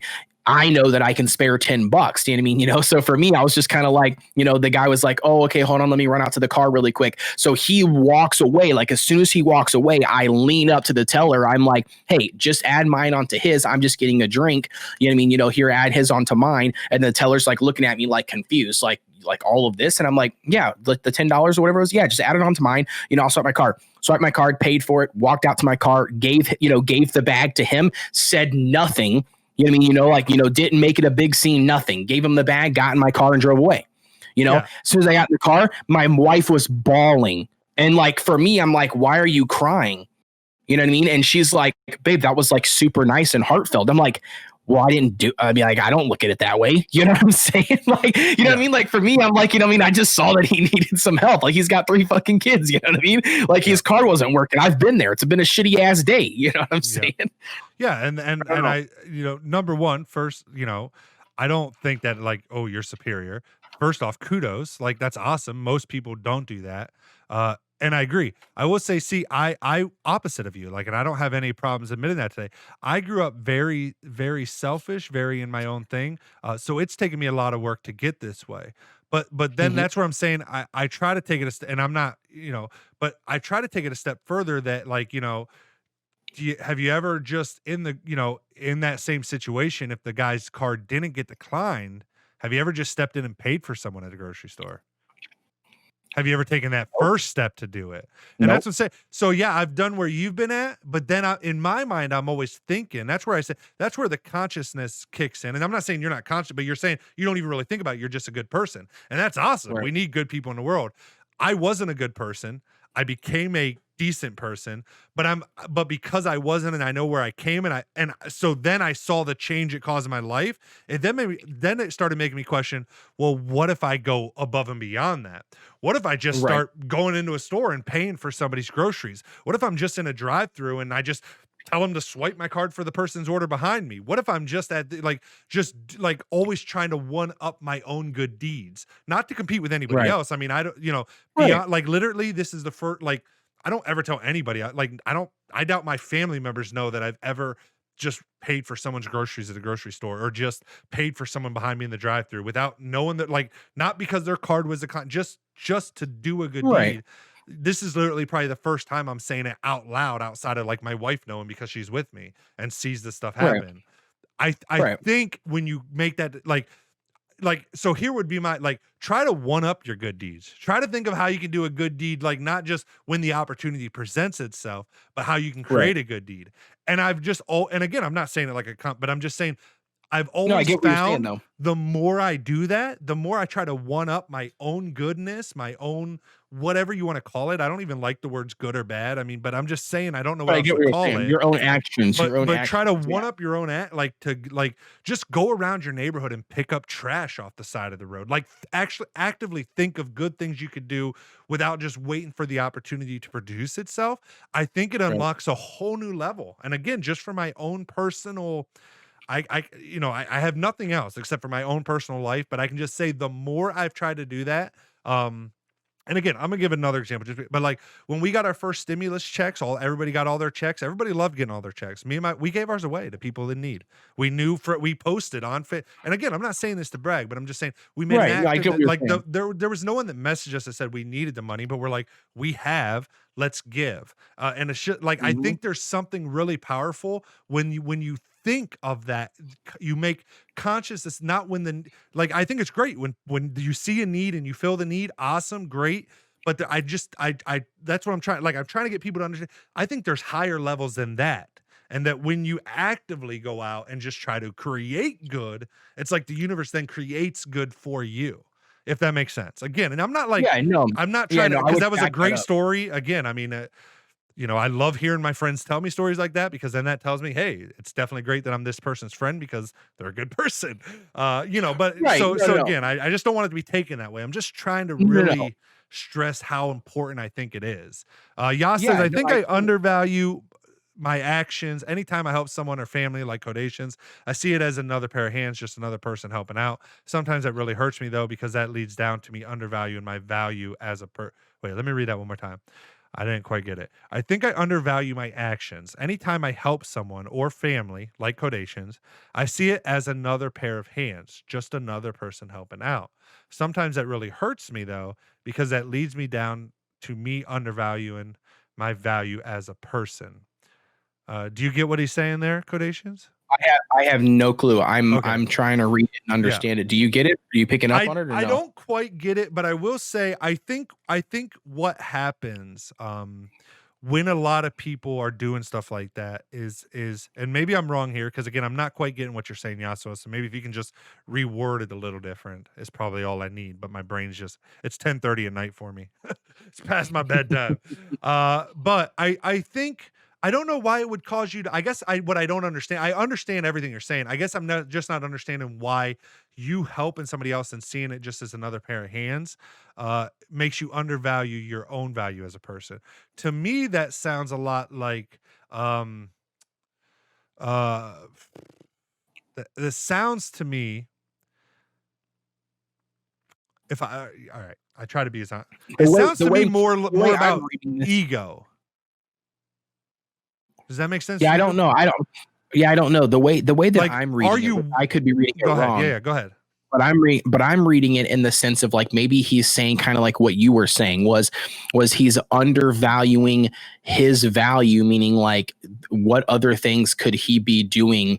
You know what I mean? You know what I'm saying? That he's overlooking. Does that make sense? Like, how could he increase? You know what I'm saying? Or am I thinking it completely wrong? I'm reading that in the sense of like, oh, hold on, he did just he Okay, yeah. filled this. Says, I feel less, I don't feel satisfied after helping. I don't feel rewarded mentally. Like I know I did a good deed and I helped someone, but I still just don't feel good personally after doing a good deed. Um, okay. Well, I would say if you don't, it's probably because you don't look too highly on yourself. And I would probably say you have some issues of self-love. I would probably say, I mean, do you consider yourself a good person? If you had to make that distinction? I mean, that might be a weird question, and it might not be like Yeah, the but best question to yeah, but answer, hold but on. Yeah, but hold on. Let me interject though, yeah, because sure, here's the sure. thing. Like going back to that situation, like with helping that person out in the car, Mhm. like when I brought the bag to them, I felt the same way as Yasso here. Like I did not like in my mind. You feel Like less, or because he says I feel no, less? no. I don't feel less, but I'm saying in my mind, I didn't feel any sorts of achievement or accomplishment. Like, I mean, like, like when I got in my car, it was out of sight, out of mind. Like I did, you know what I'm saying? You know what I'm saying? Like I didn't get into the car thinking like, oh dude, I just helped out that person. You know what I mean? Hopefully, that they can enjoy that, and take that, to do whatever. That to me, that wasn't on my mind. In my mind, in that moment of me helping them, it was me seeing an issue, like a problem, like, oh, they need this, he's here, this, what I mean? Like, he's got kids in the car, they're struggling, whatever reason, maybe their car just didn't work because it was an old raggedy card. But in my mind, I was just fixing that problem and alleviating that problem for that person. And then I didn't look at it in the sense of like me helping that person or an accomplishment. Does that make sense? Or an achievement? So why did you help the person then? Like, what was your reasoning for helping the person? Because you saw they were in need? Right. But why did you care they were in need? Because I've been in that situation. Like there's hundreds of, okay, so that's called empathy, which is a feeling. I mean, right? Okay. So you're feeling something. I mean, because again, there's like, I think you're undervaluing your contribution too, because there's lots of people that, I mean, there was 10 other people behind you. None of them stepped up to pay for his groceries. Most people, I would argue 90% of humans won't. You did because you're feeling out. I mean, that's still a feeling. I mean, and I would even then argue, if you really looked, you would get some kind of good feeling out of doing it. It feels good to know that you help. I mean, maybe I'm wrong. I guess I'm more asking, but I think the natural thing to say is I just did it because someone was in need. But I do think we feel good to help people that are in need. I think it feels good to help people in need. It gives you some satisfaction, some, I mean, I think it's almost impossible to help somebody and not feel good about helping somebody. I think we're designed as mammals to get joy out of doing good things. I think even if it's the feeling of just knowing that you're a decent person, I think that gives you, because if you didn't care, if you didn't have feelings of wanting to be a good person or being that type of person, I don't think you would do those things. I think you would be like most people and not do those things because you didn't give a fuck. Yeah, I mean, yeah, I would agree with that statement. Like, I mean, obviously I cared enough to help that person out, but I think for me personally, like just me speaking on my personal, like I'm not saying you get a big head about it. No, I know. But I'm saying, I think me personally in my specific situation, I think the reason why I feel the way that I do is because of my personal experience of being in that situation, meaning like not just the situation as in like me at a gas station trying to get stuff and I can't get stuff because my card is declined, but in the sense of like, the stress of, money. I mean, whatever the situation was, seeing the kids, that need something, you know what I mean? Like seeing my brothers and my siblings, that need, that want something, that they can't have every day, that kind of emotion, you know what I mean? Like you said, empathy or whatever, kind of took a hold of me in that sense. And all I'm focused on and thinking on is like, like in that moment is, well, I've got an extra $10. Do you know what I mean? Like whether or not they really have that $10 to buy that, I mean, isn't something that I care about, in that moment. It's just thinking, I know what it's like to be in that situation. Do you know what I mean? So like when I brought the bag out there and I gave it to them, I could have been that person and, and gave them the bag. And then I could have been like, hey man, I just wanted to, to give this to you guys, you know what I mean? Like, I know you guys, probably need it, or, the kids want it or whatever, you know what I'm saying? Like I could have done something like that, but instead I gave the bag, you mean, and I immediately walked back to my car, not saying anything, you mean, with them saying, thank you, blah, blah, blah, you mean, and like me walking to my car and getting in. And out of sight, out of mind. And the reason being is because that's how I was, you know what I mean? Like when it was done to me, you know what I'm saying? Like, like when I couldn't provide for something or I couldn't get something that I wanted or that I needed or whatever, in that moment and somebody was to help me, I was not open. You know what I mean? You know what I mean? Like I was caught off guard. I was not open to, to accept whatever that was. Does that make sense? You know what I mean? Like I was very much like caught off guard, a little bit of embarrassment. You mean, like not really sure exactly, what to expect. You mean, that kind of thing. So like, that's kind of the way that I perceived like that situation. Cause I honestly didn't know why my wife was crying when I got in the car. Yeah. like I got in the car and I didn't think anything about it. I didn't mention it to her or nothing. Like clearly she just watched me walk a bag of grocery or a bag of something to that person's car. But like I got in the car and she's crying when I'm pulling out of the drive or out of the parking lot. And I'm like, what's wrong? And she's like, babe, that was like super sweet and really nice of you. And I'm like, I mean, not really. I mean, I was just paying for his stuff. Like, he didn't have the money. He's got kids that, there's kids in the car. Like, I mean, all I did was just spot him $10. You know what I'm saying? Like, you know what I mean? Like in my mind, I'm not looking at it in the sense of, I don't know. I would still argue though that it gives you a good feeling to do something like that for someone, or else I still don't know that. I mean, I could be wrong. I'm just saying to me that I tend to lean under, we operate very much on, feelings. I think more so than most of us like to admit. Right. And again, I'm not saying that you do. Maybe it was just spur of the moment, whatever. But I do think my point is though that I think Yasuo's is different because he says yes and no after what I said. He said like what I said. I think it's an issue of love. He said I could always be better. I think I'm okay to be around. LOL. But I could always be better. That's my mentality. Be better.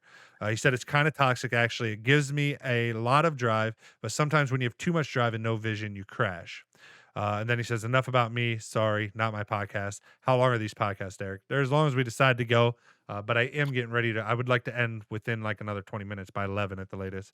Y'all says here, let me go into this a little bit more. I want to be better constantly with everything, cooking, gaming, talking, knowledge, and whatever. So that gives me the drive to help, but not the satisfaction of helping, if that makes any sense, since we're still talking about it. Yeah, it makes sense. I still think it's an issue of self-love. Again, come to my channel, it's probably what you're going to get is a lot of love and but I still think it's an issue of self-love.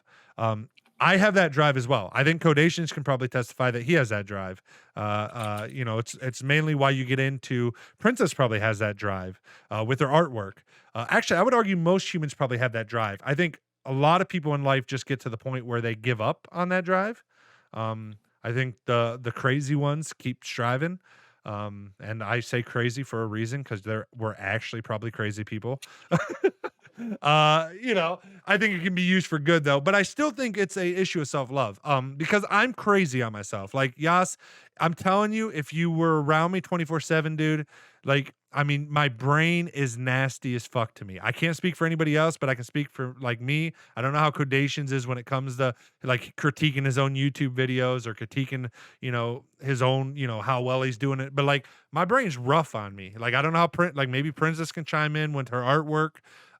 But there's the saying that we're our biggest critics. I think that's true for most people. But at the end of the day, even though I'm hard on myself, like I love myself a lot. And I've had to learn that. Like I've had to learn like it's okay to strive to be perfect, not to be perfect, but to be better at everything constantly. And I think it's a good goal to have. I think the reason 80% of people give up on pursuing being great at something is because they can't grasp the self-love part of it, especially men. I think men really struggle with the self-love side of it. I think if you try to operate in one without the other, you'll fail like most people do. I think mastering self-love really is the key. Again, it might sound hokey, might sound whatever. I'm always the guy preaching feelings and love and all that, but I can't help it. It's what I believe. But I just really do, man, because I mean, growing up as a teenager, as a male, raised by a dad that was very authoritarian, very repressed feelings and not talking about feelings and stuff.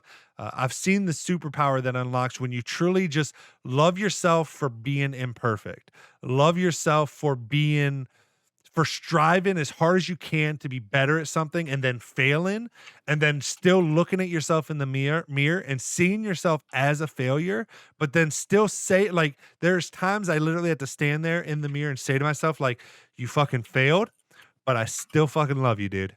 Like I've had to have those, and I don't mean I do it all the time, but I'm saying like I've had to have those conversations. Like I think you got to make that decision. Like it's okay for all of that, but I also think you got to have the decision of like, no matter none of that, like if there's anybody I'm going to love in this world, like I'm going to give myself as much love as I can first. Again, I think it's a superpower, honestly, when you can do that. I don't know. Anything you want to add? Again, maybe hoo-ha, maybe whatever. Maybe I'm dead wrong. Again, I know I'm the lovey-dovey feelings, good in the world, hoo-ha guy. I've smoked too much weed in my life. That's my problem. But I really would say anybody that's struggling with that, they don't have enough self-love. They don't love themselves enough. They're too afraid to love, because we're almost taught as a society that if you love yourself, you're vain, you're conceited, you're whatever. But I believe personally that you should be your biggest goddamn cheerleader in the world, bigger than anybody else. I'm my bigger like, if my wife tomorrow got up and said she hated my guts and I was the worst husband in the world and she left me and left the kids, I would stand in front of my mirror, tears falling from my eyes, and I would look at myself and I would say, I fucking love you, you dumbass. You ruined your marriage, you fucktard. I still love you. And I'd mean it. Like, I'd mean it, because Before like or I'm after not you look down? perfect. Before or after I look down. Well, I would never lose my marriage due to cheating. That's just not something that I would ever need to worry about. So it would be looking up. Perfect. Never had By to the blame way, my dick for it. before we dip out of here, I just want to applaud like this background. It literally looks almost. Dude, I know I did a little bit more. The seam literally looks like really, really damn good. Like, yeah, just a little more when we were talking. But I don't know. Anything to add there, Codations, on that? Anything to kind of? I think this is kind of where we'll end. But I would say that's my. I don't know, Princess. Any thoughts on that? Again, if you guys think I'm off base. No. Tell him, help him out. I think you pretty much hit the nail on the head with it. I mean, it makes sense. I mean, self-love and positivity, baby. That's the way you live. I mean, that's the only, I don't know. Yeah. And I know it sounds cheesy, and that's the problem, I think, with a lot of people, is it sounds so cheesy. It sounds so fucking, like I said, just like especially I think as guys, we think like, ooh, lovey-dovey type shit. And we're like, but it just works, man. I don't know. Like, it just fucking works. Like, sometimes you do got to be the positive person in your life talking your shit up. Like, sometimes you got to look at your shit and be like, man, that sucks. Like, that's the thought you have. But then you like catch that thought and you're like, damn, you put a lot of work into this. You know, it might not be your best work, but you tried really hard. You did your best. Right. Like, I fucking love you for that, man. Like, yeah, and like, you just got to be that person to yourself sometimes. Right. And just for anybody listening, this is not just related to content creation. I mean, like, that's anything you apply yourself to in life. I mean, you know, you're doing makeup on yourself every day in the morning, you're brushing your hair, you know, I mean, you're walking out the door, you're, you know, putting something together for a job, you know what I mean? Like, whatever it is, you know what I mean? Like, that, the same principle applies. You know, yeah, you should be your own cheerleader for sure. Awesome. Prince says, I love this. Alec, I hope I pronounced that right. I don't know what the C, but that's what I'm going to go with. Says, new to this podcast, didn't say a word, but was fun to listen to you guys. Hey, thank you for tuning in. Appreciate that, Alec. I did see the follow come through on a podcast because we ripped the audio and posted on Spotify and Apple Podcasts and all that. I don't typically have the alerts on for the podcast, but I did see it. Thank you for the follow. I appreciate that. And glad you liked the podcast. Codations, as always, man. Thanks for hosting it with me. Guys, like I said, I think that's where we're going to end it. Before we do, though, I always like to give Codations a moment, because this is all on my channel and everything. So I like to give Codations a moment to kind of plug his shit, because he does a lot of cool shit if you're into mobile gaming. Go ahead, Codations. Where can the people find you, and what do you do? A little bio, where can they find you? So if you're listening to the podcast, maybe you're watching the video on Derek's channel. So my name is Codations. I do mobile video games on my YouTube platform. I also have a Discord that goes hand in hand with my channel that you can hop over there. We can converse more, talk to the community, whatever you see fit. I do have a Twitter account, but it's not super active all the time. But that's we're working on it. I'm trying to get them there. I try to get everybody to join me on Twitter. My wife's literally about to create an account because of me hagging her every day. Dude, like, get on Twitter with us. Get on Twitter with us. Like, the thing is, I don't mind Twitter, but like I've totally taken a backseat to social media for whatever reason. I don't know why, but I have like totally taken a backseat. Like, I have a Facebook account with over 1,000 friends on Facebook. Like, and I don't know. Like, I find myself like every 3 days, you know what I mean? Like, going on there, like, I'm that old person, you know, every 3 days going through, seeing the notifications from like 5 days ago, or like somebody's posted my news feed for 5 days ago, and I'm like liking it. And my wife's like, babe, I already saw this like 3 days ago, you know, But anyways, Fair but enough. but yeah, no, so you can like or follow me on Twitter. Like it doesn't matter. I'll post every now and then, but I'm not super active on there. But Discord And that's all at youtube.com/codations, Correct. Kodeation. Is that your Discord? I'm assuming they can find it by going to your YouTube because I doubt you have a vanity URL yet for that. Yep. Nope. Twitter, is it at Codations? Kodeation. Okay. Guys, thank you for the podcast. Yas says, alrighty, this one was a banger in my opinion. Yeah, I thought it was really good too. I thought it was a good one. Thank you guys as always for joining. Again, you can find me. Just go to my website, omgitsderek.com. You find all my social links to my YouTube, Twitch pages, Twitter, everywhere that I'm at. Just go to my website, omgitsderek.com. Thank you guys for tuning in. Love your faces, and we'll see you guys on the next one. Peace. Shh.